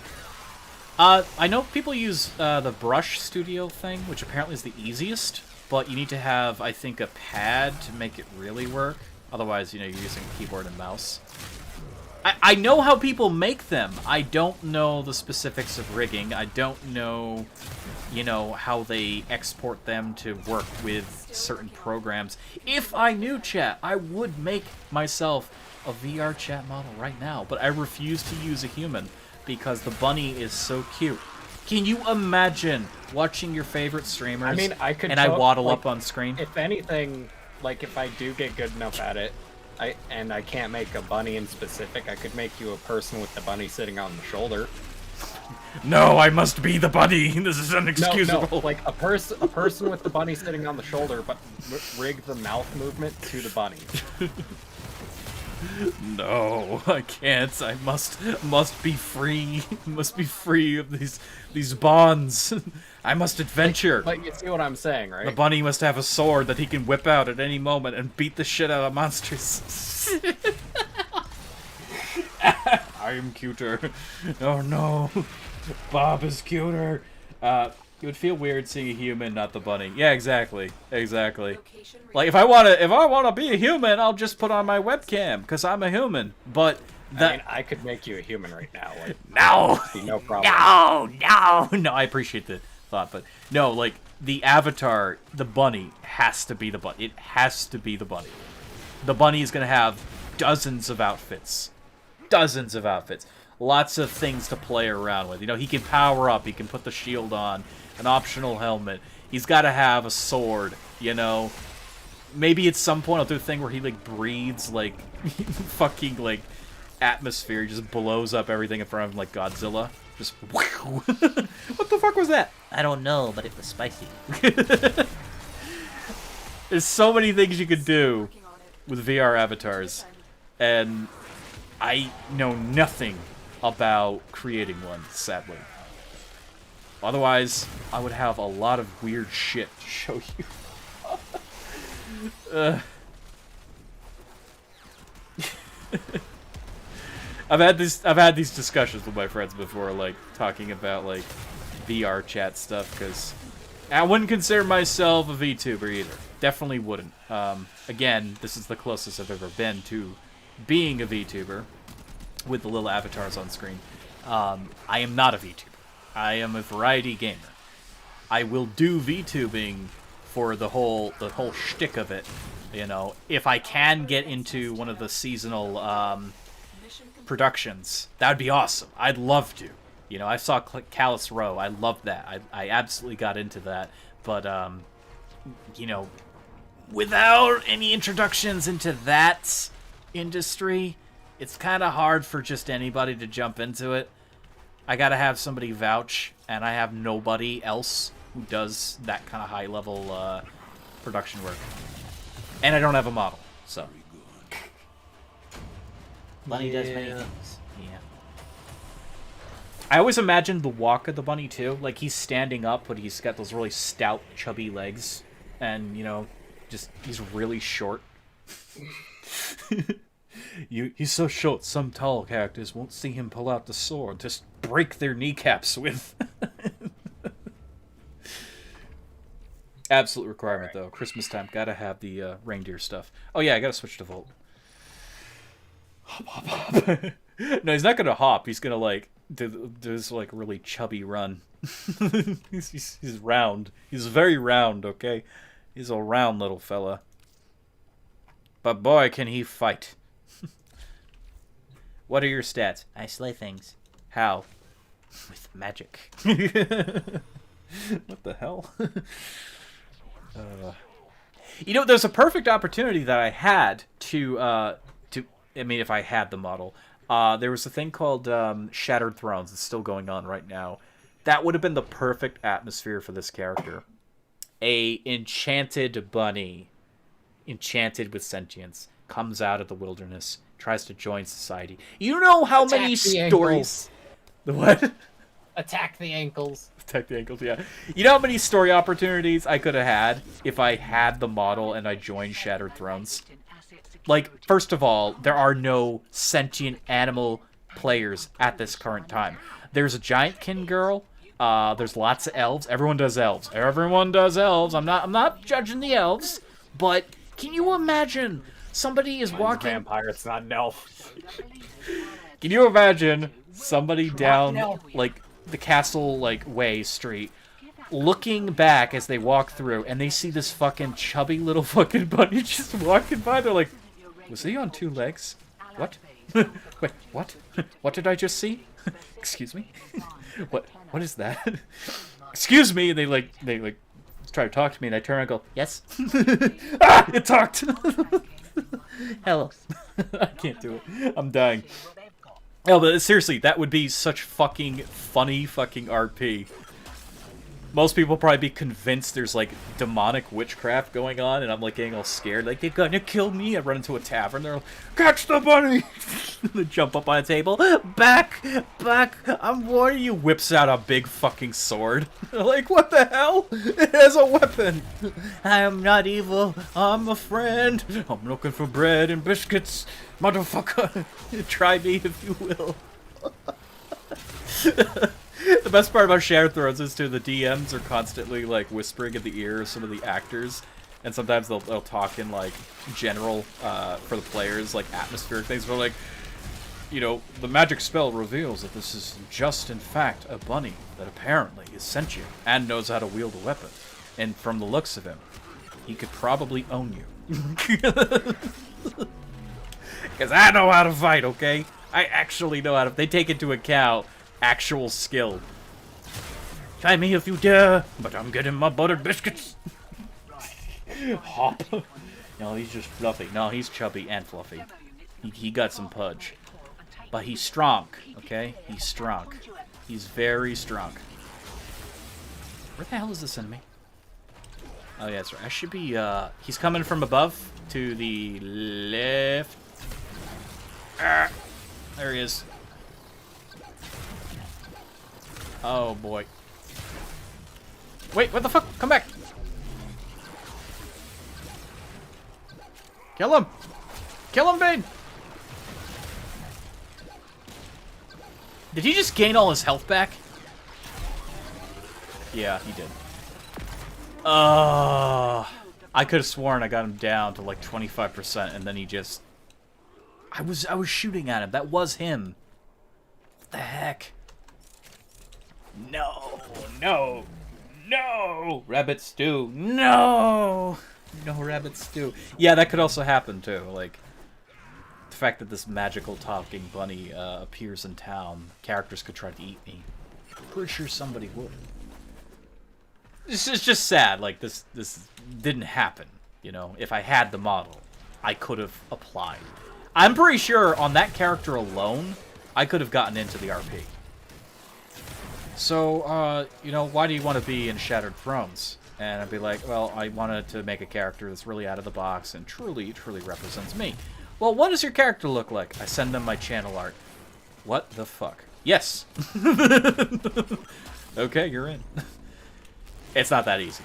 It is not that easy, but I think that alone would probably pique some interest from some of the people that work there. And I have a history with working in LARP, and that'd be cool. Be cool. I miss LARP so much. If my back was in better shape, God, I'd still be playing LARP. But then I wouldn't be streaming, so I guess there's a kind of a catch-22 there. I mean, you could stream the LARPing. No, legally can't. Oh. Because certain people, you know, you have to have written permission to record and document other players. Can't do it. We actually had to all sign waivers. We got an actual... Found him. Okay, coming. We had a crew come in to video... God damn it. By the time I got my ult off, she was already at it. We had a crew come in to record our LARP. We had to sign waivers to be seen on camera, and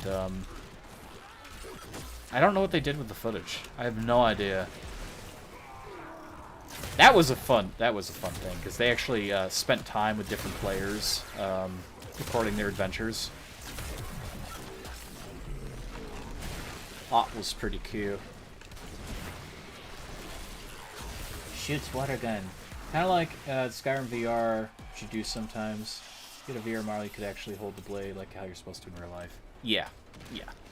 Well, that's the thing. Like Shattered Thrones allowed for reasonable skill injection. So there's a guy, Roach VR, that I watch, and he actually knows how to fight with a sword. So when he's doing that, the DMs take into account how he's wielding, how he's blocking. You know, his actual skill bleeds through the gameplay, which is really cool. And that's exactly how our the LARP that I used to play worked as well. If you knew what you were doing, you could avoid damage. Not as I did here in this game. You could avoid damage. I'm down. So I mean, Shattered Thrones was a really cool. Is a really cool RP. But again, I don't have the VR model, and honestly, that would probably be. I just watch you like, uh-oh. Gone. You weren't invisible. No. It just wore out. No. I actually thought it was Zephyr there for a moment. It's on its way. Health Drain. Oh, that's a fun one. Gotta kill this guy, man.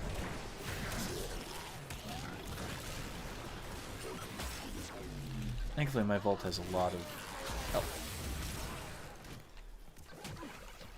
Oh shit, he's coming from the other side.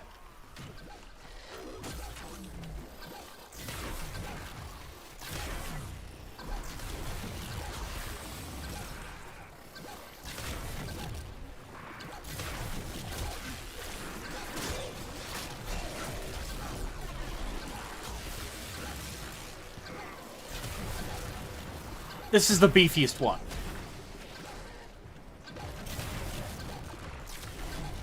We're barely putting a dent in him.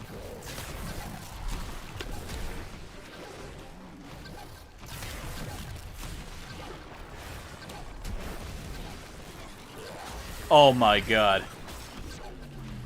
We're gonna lose this.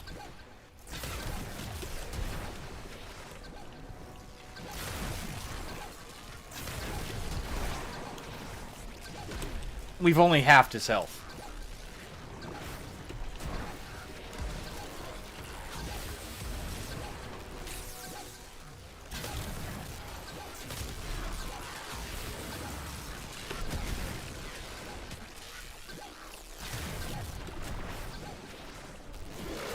Oh my god, I don't know how we did that, but... How we did it? He kept walking back and forth like a dummy. I mean, I was more conscious to apply my snares to them, but even then, like... Oh, the damage. He had so much health. Sorry, guys, I got really quiet because I was really trying. This seems like pure mayhem. Yeah, this mode is... Ugh, god. Sadly, some of the Warframe farms require disruption missions, so be prepared. Be prepared. Someday, you know, if I get enough money. Oh, ow, ow, ow! Why do you think I said something? Ow! I needed to check, man. I put down a healing thing over here.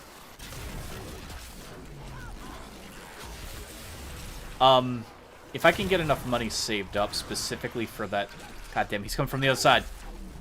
For that purpose, I would definitely try to commission an artist to create the character. I think it would be a fun project for whoever took it up. Yeah, he's gonna get by. He is stalling, but... Oh my god. We just barely got that. Yeah, little duck, we're going home. I really don't want to. I'm just gonna die. Wait, no, I think if I just sit here, they'll literally, I won't be able to teleport. Let's run. I'm not sure, actually, but... I mean, if you died, then they would just take you with. Yeah, if I died, but I don't know about, like, just letting myself drop. It's time I finally sleep. Will you stream tomorrow? I might. I have been very... Hey, Primary Merciless! Heck yeah. I've been very tardy in my streams, sadly. So today was nice to get back into it. I did not intend to take such a break. So yeah, I might stream tomorrow. And play something else. I'm excited about this coming year because there's a lot of games coming out. Like I mentioned, the Harry Potter open world game, I will definitely stream that. I no doubt will receive massive copyright strikes from Warner Brothers because, again, another thing that they do is they love to copyright their shit. Hey, look at that! Steel Path Mars. Steel Essence. But yeah, I'm going to have a lot of fun with that in the following year. So streaming more and more is good. I'm getting really pumped for new projects, new things. Steel. Oh, no. Mars. Wait. What was the name of it? Oh, no. Inbox. Inbox. Okay, why can't I use it? It's the Steel Path. Oh, it's... Okay, I can't search for it in inventory for some reason. The Steel. Yes, got it. Good. Mars. Come to Mars. See many things. Of course, if Mars was this close to Earth, it would rip our atmosphere apart. But hey, I'll find a better place for those. I might actually just put them all in a circle here if it doesn't interrupt my movement. Be kind of cool. It's nice having some laughs so far in the stream. I very much needed the laughs. That's good. Yeah. Sorry that you've been a little sick and under the weather, but I've been feeling that way a little bit, but not like... I can't confirm that I was sick. I definitely don't feel that way right now. My voice might be a bit hoarse, but that's from raging about Digimon, Digimon, digital monsters. No, yeah, but I understand. You know, you need to pick me up, and it's always good to laugh. It's always good to laugh. Laughter is good. Also, I have to do the voice, too, if I got that avatar, by the way. Excuse me. Hi. Hello. Hey, I'd like to buy some bread. You're a bunny. Yes? Murder. Laughing is the help, Smets. Yay. It is. Yes, it is. Oh. So that was 25 Steel Path creds right off the bat. What that gets us is 20,000 Kuva just for that alone. Yes. What's up next, Bane? Bane? I'm placing stuff. Passes out on stream. He is streaming, so if he passes out, it'll be very embarrassing. I think that violates a term of service too. Yeah, you'll get in trouble for it. They used to, like when streaming was very new, before there were technically streamers. Because guys, I don't know if you remember the transition between streaming and streamers. You could stream if you had the partnership with YouTube and all that, and you weren't really getting anything out of it. Like, there was Patreon or the equivalent of Patreon. People were getting money outside of YouTube. So streamers didn't make money by doing it. There were no ad spaces, no ad inserts and stuff. And anything kind of went. One streamer in particular called Lord Cat, he would do gaming videos and challenges and basically would do the hardest things you can imagine. I think he had a series called Until We Win. He would sleep on stream. You have full, like, night's rest on stream. He would eat. He would sleep. He did life streams. YouTube used to allow live streams. They don't do that anymore. Because a live stream itself goes into very uncomfortable gray territories where that comes into question, like sleeping. I mean, an unconscious person on a stream. You'd be hard-pressed to find a platform that allows that to this day. That is not not an industry practice anymore. I mean, sometimes it was funny because he would put an action figure or a character in front of the camera when he was sleeping, and it'd be dark, and you just see the light of the screen hitting the figure. It's kind of spooky and silly. You knew he was sleeping. People tuned in. People tuned into that stuff. They didn't care that there was nothing happening. It just, again, that whole thing with live streams is you want to feel like you're a part of something, company. But yeah, that doesn't really work anymore. Where'd you go? I'm doing a junction. Junction. Well, I'm gonna go turn in my Teshin coin. I heard it's all the rage since Dogecoin. I don't like that. Yeah, I don't like the feeling of being watched. Now, see, I'm very socially awkward, and I've got social anxiety. I'm terrified of people. I know a lot of people are like, well, you seem pretty comfortable and very energetic on stream. It's different. It's still distance. My first live stream, I was a nervous wreck because I didn't know what to expect. I'm like so I am like a 9 on the jumping out of skin scale. I am literally like just so nervous. Oh, I got 3. Nice. That's 3,000. So in live streaming, the difference between this and real life is look at that frosty. Is that Alice? No, that's Rhino. That's Rhino. Cool.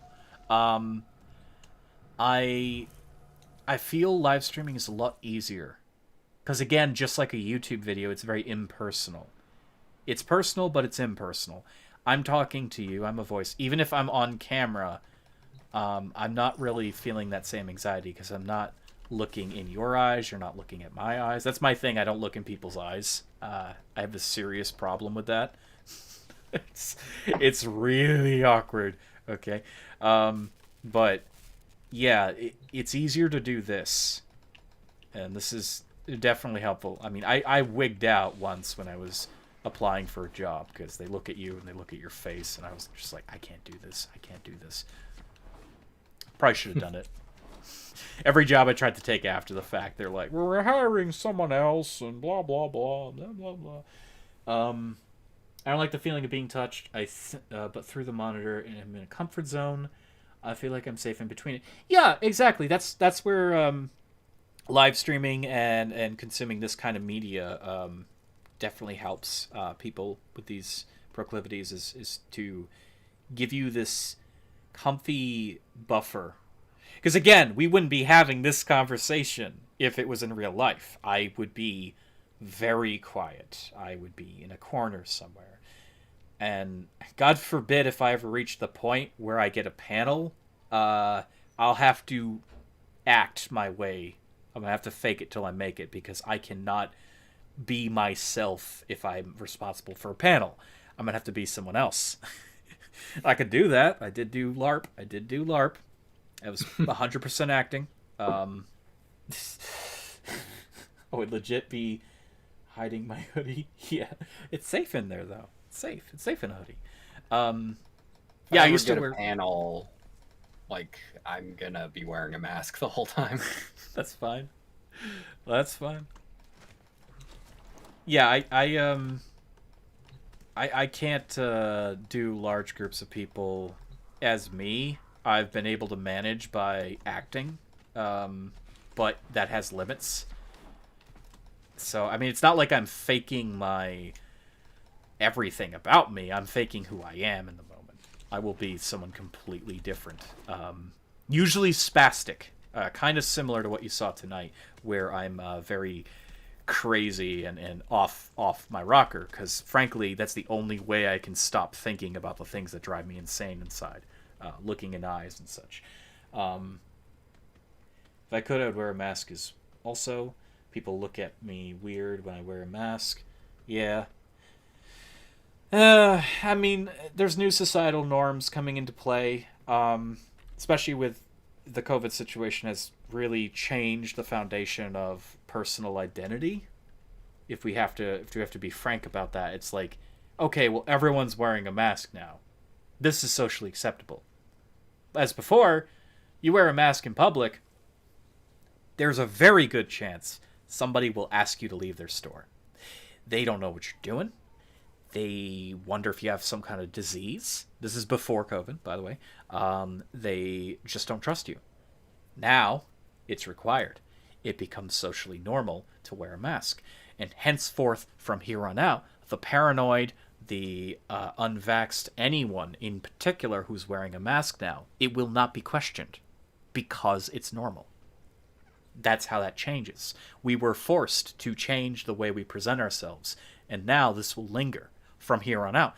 So, as a result, wearing a mask of any description will be relatively normal. Oh, that's a cool mask. Look what he's wearing. You know, it's got silver filigree. It looks so cool. Oh, is that from Kingdom of Heaven? You know, oh, they're wearing a really neat bicycle helmet that's got this built-in filter kind of gas mask thing. That's totally not a scene from Batman. That's cool. But yeah, that becomes normal. So I think this is going to allow a lot of people to be the representation of themselves a little bit more. It's kind of like with the vampire movement and the goths and the metalheads and all that stuff. They slowly trickled in after a period of time. Mind you, before my time, of course, we're talking in the past, this becomes socially normal to dress this way, to wear makeup, to do those things. And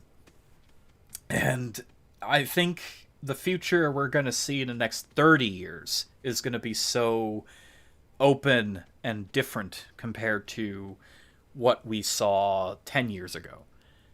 There's going to be some really interesting stuff with people and how they represent themselves. Unless things continue to go kind of down the shitter, because there's a lot of things that are moving in line against this kind of thinking. Yeah. But I'm not going to talk about politics. I think it's fascinating to see how people change their perception on the social norms. And the mask is just a small example, but it has a very powerful impact. So chat, I'm going to use the restroom really quick because I've literally been sitting here this entire time and that's not good. Do I have any... Yes! Okay, we're going to leave that on, Bloody Tears, and I'll be right back. BRB, everyone.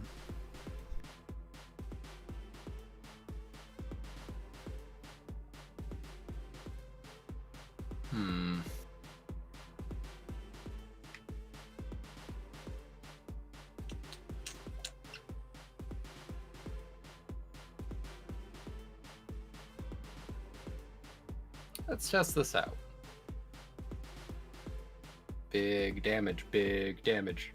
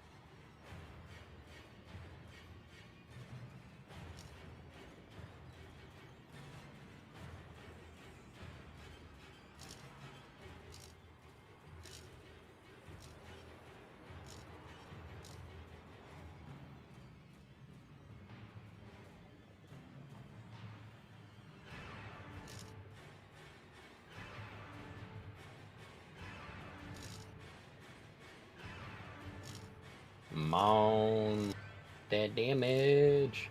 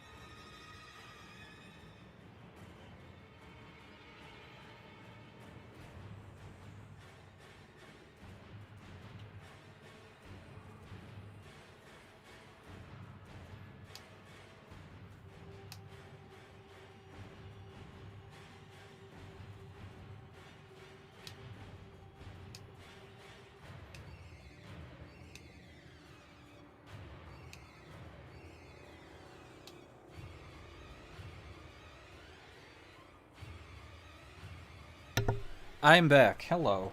I'm back. Hello. Ah. Goodness. Well, that music is a little too spooky for me.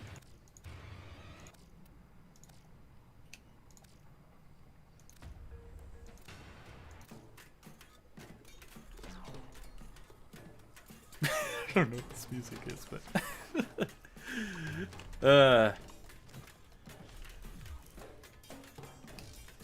You are still doing your, thing? No. No. You want to group up for some more? You're doing the solo mission. I re-rolled my Riven, and I took the re-roll, so I was just checking it. Ah. I'm re-rolling now. Let's see what we get, chat. Wow. Oh, if that was crit damage and multi-shot, I would have taken it. Multi-shot and heat. Negative ammo maximum. This would be good if not for the heat. Let's think about this a moment. So we currently have heat on our bow. It's more heat damage. We also have a 60-something% multi-shot. But the thing is, the multi-shot mod I have is too valuable. Because it also increases... You know, it has a 5% chance of increasing my crits. Which isn't a lot. This could replace that. The heat damage gives us more heat damage. But I mean, I think I'll take this for now, but I really want a crit damage bonus.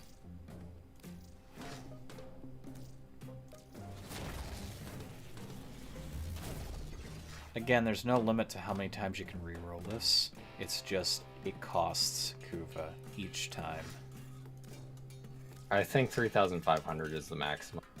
No, I mean, there's no limit to how many times you can re-roll it. Yeah, no. But it always costs 3,500 after a certain point, and that's what it's costing. It's a lot of Kuva. It's very expensive.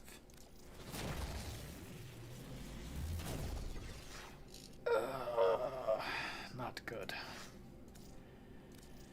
Crit, damage, and multi-shot are the modifiers I need. My chances of getting those, I don't even want to know how infinitesimal my chances are. I know that they're really up there, though. But I am the guy that rolled a perfect Riven on stream without re-rolling. Like, literally unlocking a Riven for a greatsword gave me one of the best war Rivens I've ever seen. So, it's possible that I could walk away with something really good here in the next 20, 30 rolls. See, damage is good too, but the crit damage is worth even more since it always crits. As the multiplier is even higher. When the multiplier is higher, that damage is far stronger than normal damage. I'm being very particular with what I want to roll on this. And my chances of getting that exactly are so low.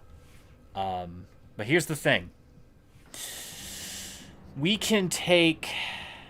Now that we have this in a more usable situation, we can take one of these mods off. This gives us more damage. This is true. It's 90 down to a 56. But as a result of more multi-shot, we should do more because we'll have more projectiles. So I think I can remove the Hellfire in favor of this. Our heat damage drops from 1,073 to 678, whereas the multi-shot goes up to a full 3. A full 3. So each projectile has its own chance to apply critical hits or status effects. This is a full upgrade. As a result, we lost our base damage per projectile, but more projectiles in a straight line, mind you. All of them are in a straight line. Equals more damage. And we can't lose ammo. Ammo maximum is the best negative modifier for this weapon because it doesn't use ammo. It literally does not use ammo. It holds 1 round each time, and it's infinite ammo. So it's the best negative. Now, if that had rolled as a negative 30% ammo maximum, there's a net gain that could have been applied to either one of these, which is the best I could hope for, but have yet to see anything truly spectacular come out of it. So these red numbers now don't really mean much because, again, we're... See this? Look, the total actually went up. The total of damage actually went up. It went up by a lot because of the multi-shot. So the reduction to heat doesn't matter. So we've given ourselves a substantial upgrade, but it would be a lot better. Nadarok would be a lot better if we got ourselves that crit damage and multi-shot. Would be best in slot for my build. Like, we've got this thing primed to murder. I've seen 996,000 red crit on this. Red crits are a lot more damage in value than a normal hit.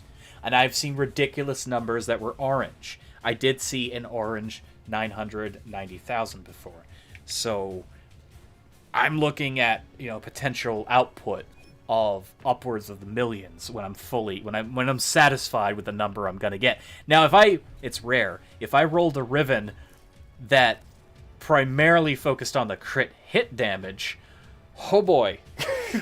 If it was like 100% crit hit, that is a lot. That is a lot. But I don't think I'll ever see that. It is possible, but it's not likely. Okay, I'm going to do a weird Google search here, guys, because I'm going to just tell you some of the crazy numbers people can get. Warframe Riven Market. 1 second, Bane. I just want to read off some of these current existing crazy Rivens. So, weapon name. Naturak.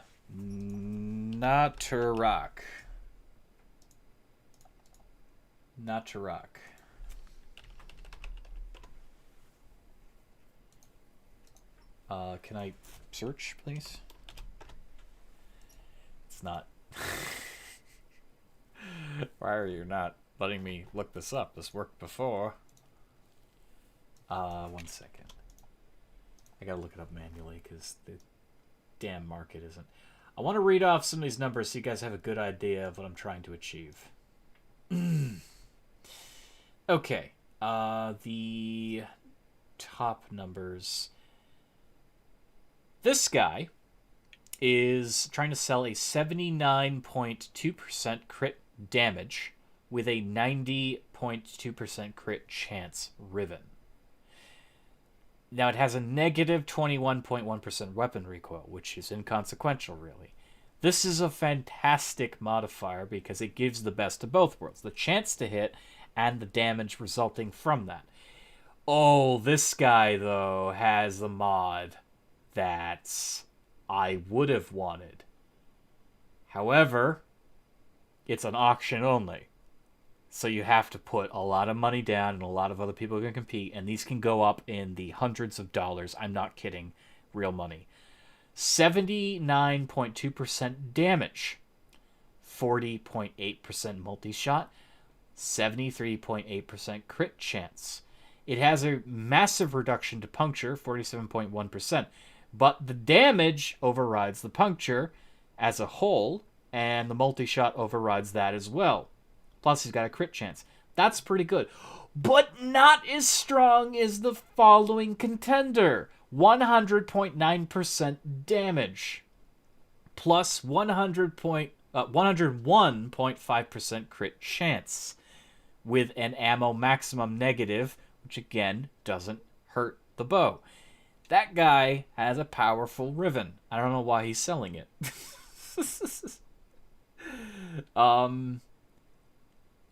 Oh, this guy's got the perfect one. This one's perfect. This is exactly what I'm looking for. 56% multi-shot, 77% crit damage, with a negative 22% weapon recoil. So it is possible. You see it's possible, but unlikely. And yeah, he is also doing bids only. So, not gonna happen. It's actually cheaper to try to farm in-game. Longer, but cheaper, because I don't have to spend a dime. Yeah, that's what I'm looking for. That's the Riven I'm hoping to re-roll into. Something like that. Who knows? I could surpass his roll. I could surpass his roll in any of those regards. I could end up getting something with a lot more multi-shot or a lot more crit hit damage. And I would like it. The art of combat must be practiced. Oh shit. It's a war. We're not going to be able to do this. I'm calling this. We're dead. We're dead in the water. This is not going to help. We're going to fail, chat. You can't mess up a single one.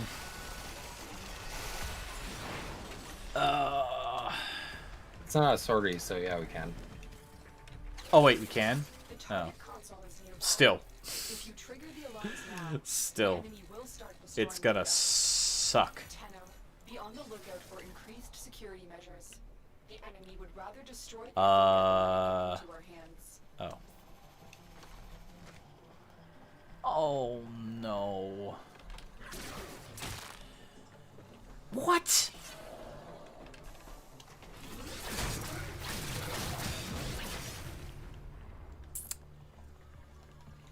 Okay, so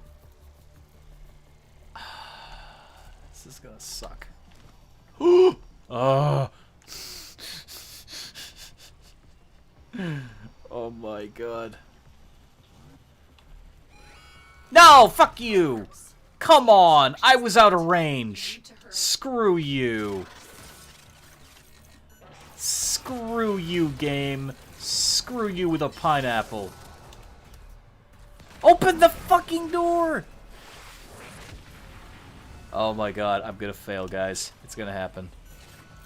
There is no way. No! Bitch. There's no way. There was no way. It kept locking the doors the second I opened the doors. And I was out of range. I was out of range. I was over here. And this camera saw me. Last time I checked, you're supposed to be in the line for the camera to see you. That is actual bullshit. That is actual bullshit. Nah. It happened. At least Bane got his, though. He got his. That was flawless. I would have had that. There was no real crazy gimmicks. Just the camera. I was thinking about shooting the camera. I was checking to see if there's enemies who could hear me shooting the camera. There were no enemies. I was about to shoot the camera, and the camera detected me. Somehow. From a mile away. You know how I know that's bullshit too? The camera didn't detect me when I was explaining that fact and I was in the same distance. It didn't turn red. So that's bullshit. I was literally out of range and it decided, I see you. Oh well, it's fine. It's fine. It's fine. I can't win everything. I can try though. I can try. Okay, well, Bane got here first. We're gonna wait for him. Trigger the alarms now, and they will start destroying Good luck. Good luck. Good luck. You can do this. I believe in you. It's like the Matrix There we in go. there. Oh, look at that. I never noticed that. All the corpus writing appearing. It's kind of cool.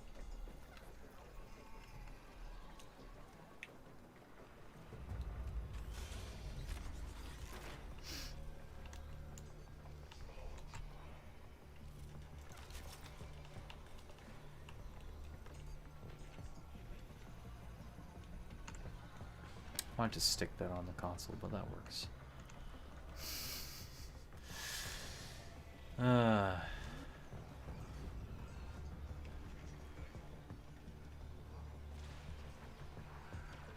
are all people in there.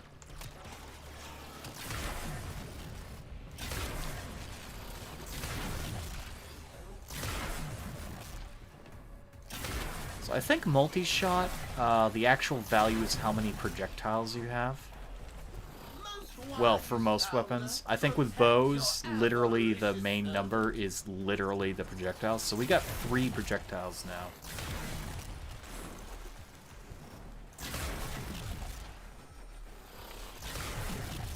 I could probably see how many projectiles we're shooting out if I had that negative accuracy mod and I was in Captura. I'd be able to slow down time and see how many are firing. But I'm seeing 3 trails, so... And it appears to be doing more damage on average than it was before. How the fuck? Ah!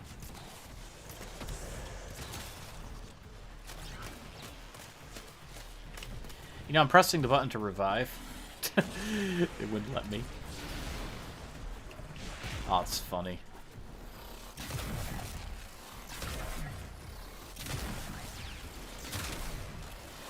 $433,700. That was pretty decent.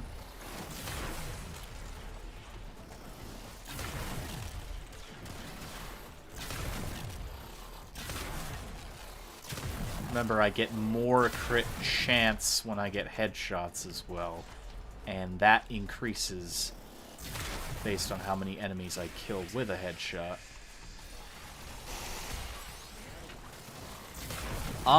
He appeared in a very bad place, I'm guessing.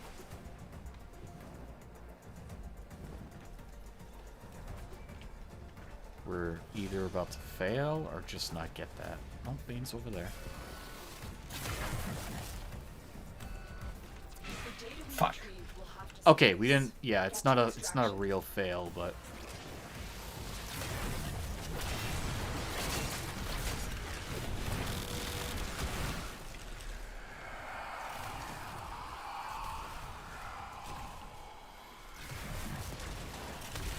Ah, you've sucked me in.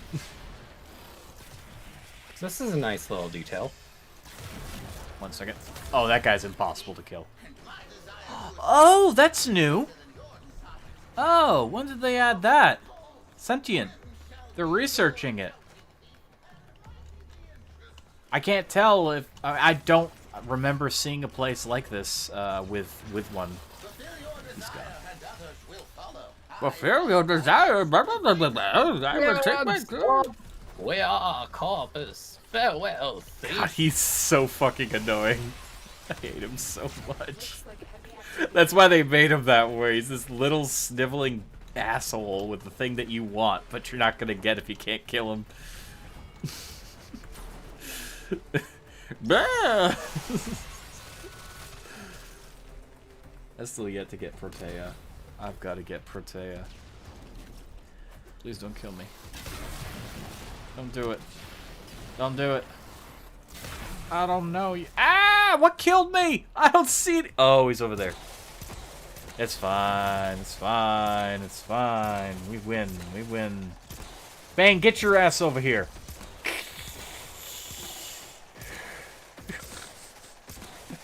Are you fucking serious? Wow. Fucking runs over. It's like, okay, I'm just fucking... And dead. Oh my god. Oh my god. Oh my god. I am losing it. I am losing it. Also, I have to check to see if YouTube froze my chat, because I can't see anything. I don't know if you guys are quiet now, or if YouTube's being silly and doing some shenanigans and such. Be kind, rewind. Okay, no, everyone's being relaxed. It's okay. Gotta do my diligence as a streamer and make sure everyone is okay and the YouTube's isn't acting all funky like it sometimes does. I gotta turn that music off. This is why I don't turn this on. It's like...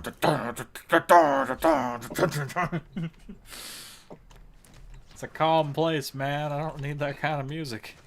I think we're gonna end my stream after this one. Okay.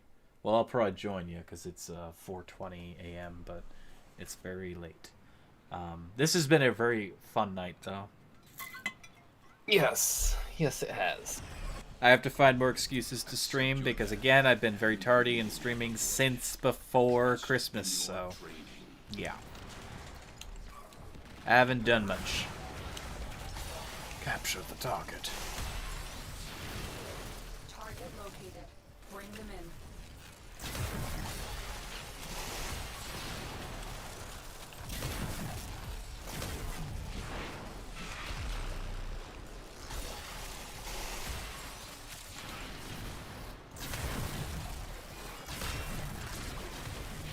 Scans indicate our target is in the vicinity.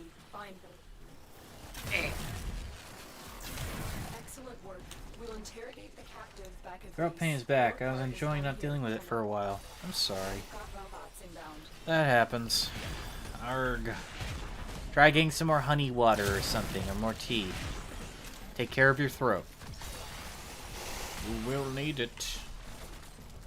Throat is a very Yeah. helpful friend. This reroll isn't as good as I thought it was. What'd you get? Put my perfect shot up to % crit chance. Oh, it's Like, a crit chance wow. you got? What else did it Yeah. roll? I don't remember off the top of my head. That factors into it. I mean, I think it has enough crit chance if you have the galvanized argon scope or the argon scope. It's always like crit delay. you have crit delay. Yeah, then Yeah. you don't really need more crit chance. Like you're pretty much getting reds. You're only using the perfect shots. You don't need to use the normal shots. It's almost guaranteed you're getting a red shot every single time. At that point, you just need crit damage or raw damage, multi-shot, which is a portion to raw damage.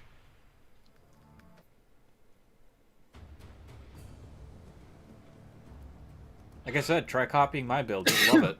You'll love it. You'll love it.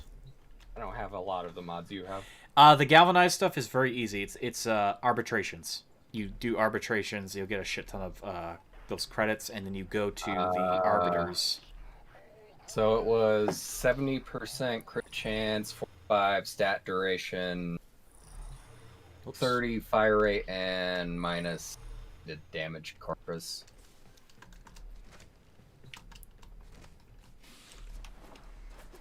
Does it increase fire rate or negative? What? Increase. Okay. So your critical delay is helping mitigate that, yeah. Yeah, the thing that is hurting you there is the crit chance at this point becomes almost useless. Because you've already got so much crit chance to begin with. I mean, it's not really applying much. The damage to Corpus was probably hurting you too in that regard, but not nearly as much as the crit chance. The crit chance you have enough. You know what? I'm gonna do one more. One more. See, I would recommend the galvanized scope, because on a headshot, which is very easy to do with this weapon because it's a large radius, 120 crit chance when aiming for 12 seconds. When you get a kill with a headshot, it increases that crit chance by 40, again for 12 seconds, 5 times on top of the 120 you already got. So you just keep aiming for their heads, shooting, you'll kill them, you get stacks. My buff bar starts lighting up, and it starts hitting harder and harder and harder. And that's just the galvanized scope. That's one mod. It's Argon Scope on steroids. Which normally Argon Scope would give you crit chance when you hit, with a headshot. This is giving you that when you hit with a headshot, and then giving you more when you kill with a headshot.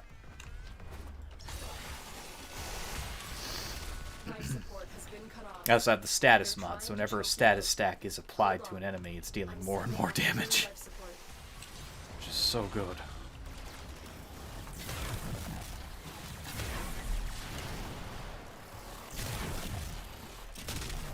And when they're all bundled up in a ball like this, you see how easy that was? Wait, was that 1,000,000? Did someone clip that? Share that in the Discord? I think I just got an easy 1,000,000. I don't know. Might have hit me wrong. Might have seen it on the corner of my eye.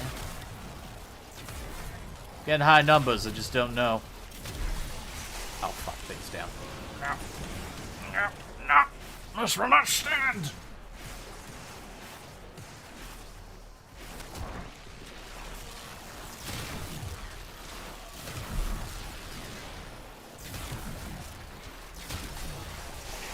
I'm gonna stay in this hallway, because they just keep coming for it.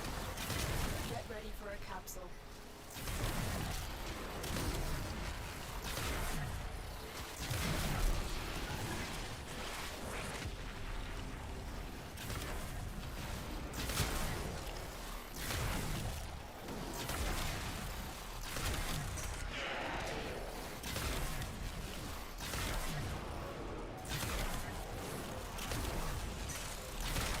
I never thought I'd see a weapon this powerful in Warframe. Even after a lot of the changes they made to combat and how strong weapons could become. Because back in the day, you wouldn't see anything past like 30,000. This is insane. I remember we used to like gawk about a weapon that hit for, over 10,000. It's like, oh my god, that's so powerful, guys. I'm like a god. It's like, yeah, you don't know the future. You don't know the future. They are resisting most of my damage from the shields. Heat damage doesn't cut through that, sadly. If I had Toxin, it would rip through the shields, but I think cold would be better against the Corpus, outside of magnetism, but cold would be good because it would don't get me destroy wrong, I'm shields. still doing a lot of damage, but it's just not as good as it was before. Life support on the way. Yeah, you could definitely roll there. I mean, that's not even remotely a perfect Riven. So re-rolling is going to happen. It's just when you have the strength to do it. I'm gonna keep that's my new goal until like a big update happens. I'm gonna be trying to re-roll this. I'm down. Save me. Save me. Yeah.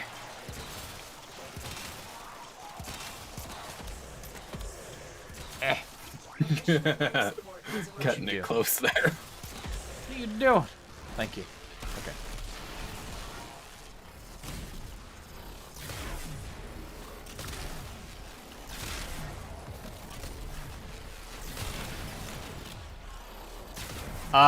Are my projectiles sticking? They are. Permanent green projectiles in the ceiling. Do you see that? Yeah. Oh, they are going away very slowly. They're hanging out, though. That looks so cool. That looks so cool, guys. This bow is just beautiful. It's a thing of beauty. Well, that was a easy 709,000 red crit. Not the highest number I've seen, but that one was not even effort.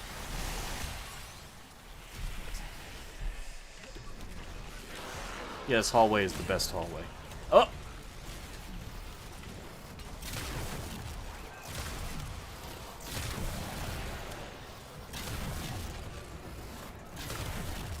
Remember, I do more damage in the air, chat, too, so I'm seeing some inflated numbers because I'm Zephyr. Now, if Bane had that Nidus mod, he would see higher crit chance. Actually, that's what you need to do with Nidus. If you're going to use Nidus with that, you need that mod so you can get the crit chance bonus from using your 1. It's like 150% crit chance increase. Like, it's a lot. You've already got the 200% from critical delay. That's what you're missing.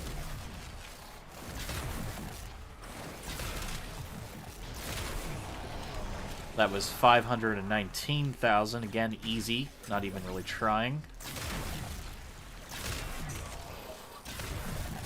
I know I keep aiming at their heads, chat. I don't have to directly aim at their heads, but I'm doing it anyways. When you are ready, go to extraction. Where's that item? Oh, it's right there. Ah, we're not ready yet, Lotus. More. Give us more. More.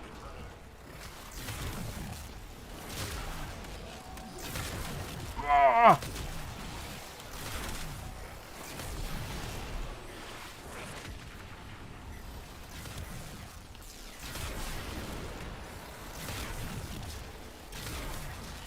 I think I just shot through the window.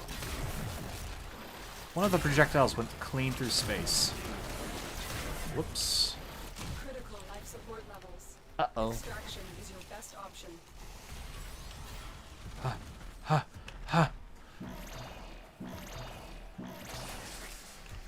Life support activated.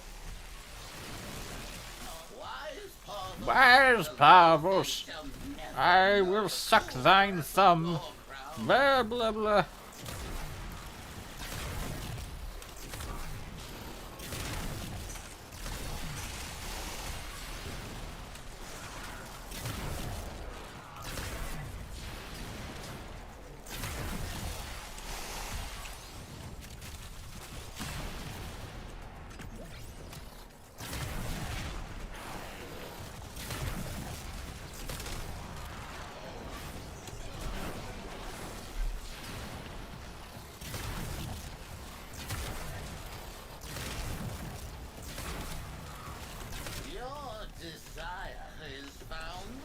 I hate him so much.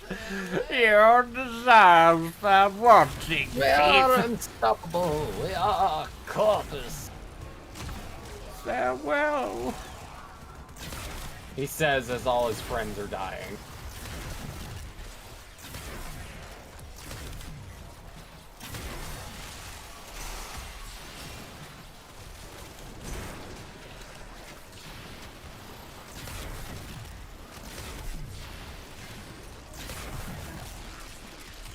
All your friends have perished, sir.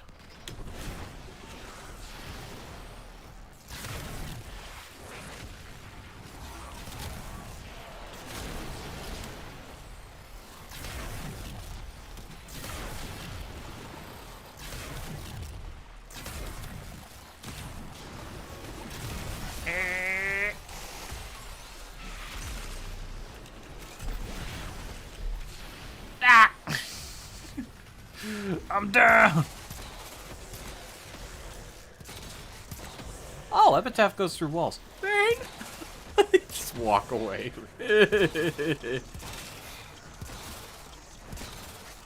Hey! Don't you love how, when you go invisible, they just leave your Warframe alone? Like, a smart guy would try to disable it, right? Oh, it's not moving anymore. I guess it's a defect. I might as well just walk by it. Gets back in Warframe and kills them. Whoops.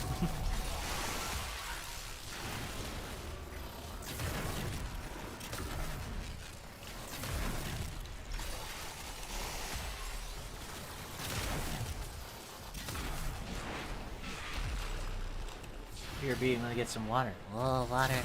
Water's good. Need some warm water. Help your throat.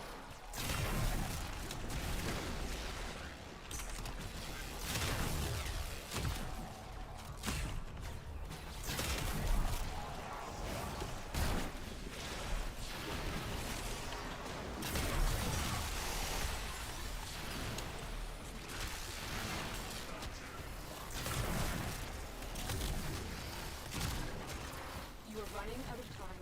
Consider extraction. I'll tell you when I'm running out of time, Notice.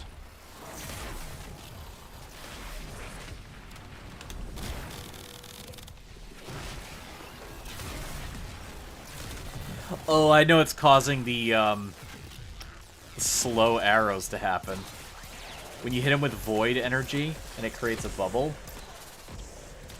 it'll like slow down the projectile. I'm down again. Help me, please. Sword has been replenished. I can't do it. I'm too weak. What our Anakin. just found. They could not do this without you. Oh, the bubbles!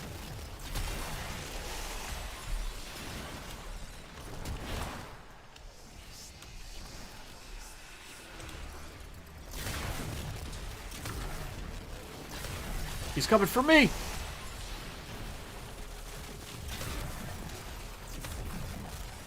Ah! He teleported me. He is dead.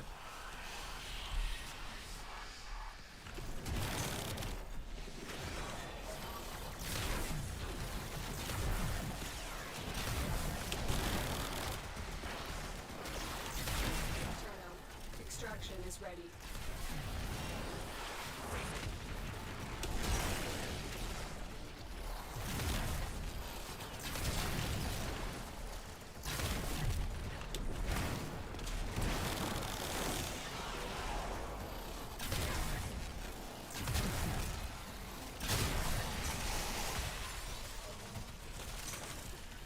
Oh, that looks so cool. Life support The activated. gimmicks.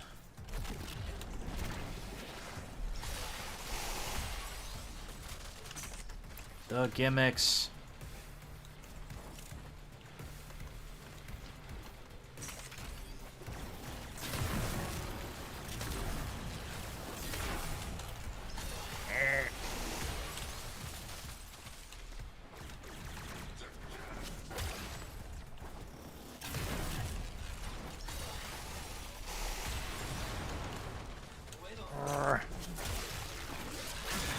I whipped this person, yes.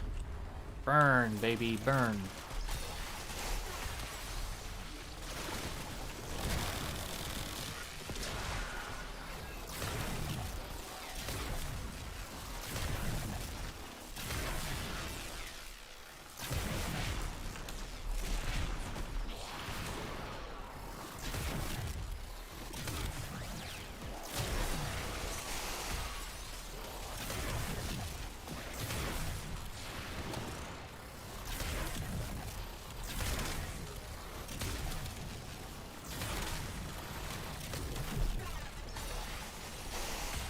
Ah, fuck. I'm gonna just revive this once.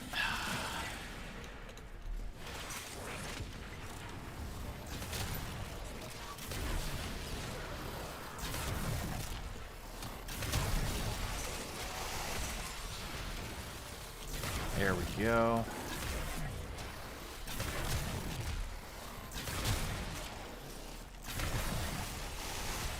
Very good.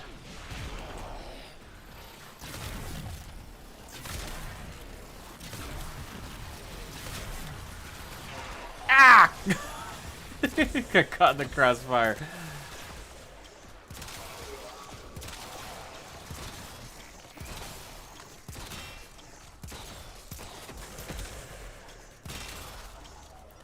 They are very persistent, thank you. I've delivered another life support capsule. Okay, I can one-shot them with 7,800 stacks, and now it's just... yeah. Bark the bow! This is what I was made for! Headbang! Yes! Bow's impressive, but it cannot do what Zephyr was born to do. Slam the ground with her head and kill everyone. With one hit. Because I'm doing millions of damage now. As opposed to thousands.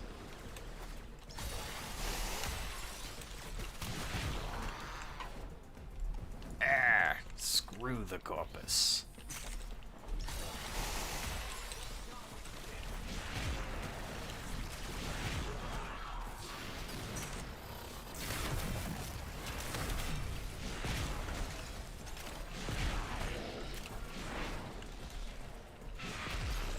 Burn.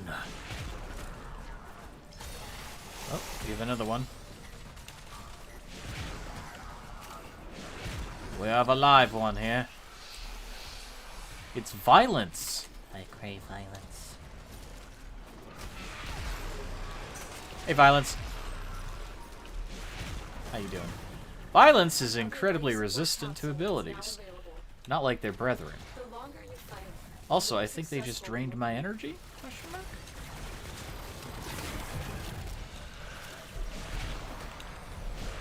Oh no, their shields were resistant, not their health. Oh, I lost all my stacks. Fuck.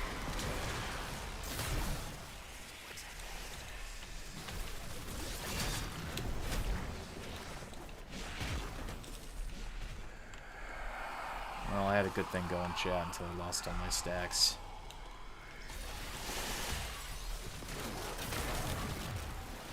critical life support levels. Ah! Extraction is your best option.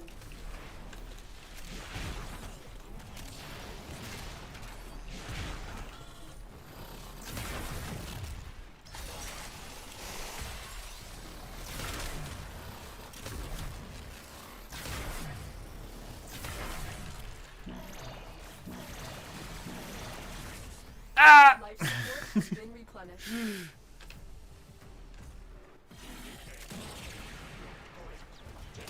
With my dying breath, I brought us back from the brink, only to retreat.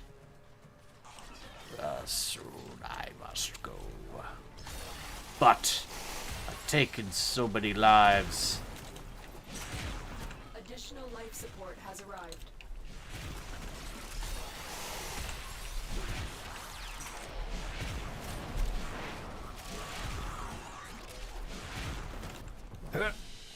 We did it, everyone. Your will was greater. My friend just sent me a video of him killing more slimes. No! Witnessing so many of my brothers and sisters dying. No! The slime carnage. No. Tenno, extraction is ready. I'm sorry. Extraction is your best option. We're already leaving, Lotus. We're already gone. Are Get with you the times. Get with the times. What's wrong with you? Headshot kills 64. Yes, I was actively aiming for headshots there, but... Are we going to Strata? What are you looking for? Hmm? What am I looking for? Yeah. My boy attention. Oh. The hell? Or should I say attention's ghost? Why did you do this? You should have just gone to his... You can literally teleport on tension from there. Now we gotta walk. You don't have to walk. We gotta walk. You literally don't have to walk. Chad, he making me walk. He could teleport on tension, but he said no. It's not my fault you're walking. You can teleport Tenno! anyway. Tenno, you must walk to tension. I went through the wrong You door. can- Fuck. Fast travel, Garrett. Fast travel. Screw your festival. Tenno. Tenno. Hi there, sir. I now have enough to get another 10,000. Oh, my steel essences. I'm just glad I can now farm steel essences. I wasn't powerful enough for the longest time to do it alone or in a group. But this bow has changed that. It is very strong. It is very strong and cut through most resistance. Yes. Very good. You know, one more for the road, guys. We're gonna re-roll on stream, and then that'll be the end of the stream. Take it, Bane's got something. 30.6 electric. Exceptionally. 34.7 cold. 36.5 heat. Wow, if that was if you were going for a status build. Wow. Okay.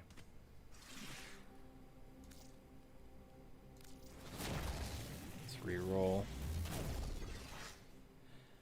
That's a lot of things that do nothing for this bow. Negative 40% 0.4 weapon recoil, plus 40.4% projectile speed, plus 26.5% fire rate, and negative 16.9% magazine. That is awful. That is awful. Magazine capacity. Oh yeah, so good. I want that. No, I don't. 50.4% status duration, 1.3 punch. No. It's gotta be crit damage and multi-shot. Crit damage and multi-shot. Ooh! Not even gonna mention that one. And that's it. Anyway, I'm gonna end my stream here. Oh. Thanks for Everyone, hanging out. go check out his channel. Now. Thanks for hanging out for... I think he just crashed. No. Oh. Thanks for hanging out for... the average of 56 seconds. 56 seconds? What? Hasn't been seconds. I can't... No, on my... I have had an average watch time of 56 seconds. Oh my goodness. It's fine. Guys, you gotta go check him out. YouTube, check out the description there. Thank you all so much for watching. I'm going to end the stream now. Have a good one. Bye. Goodbye, everyone.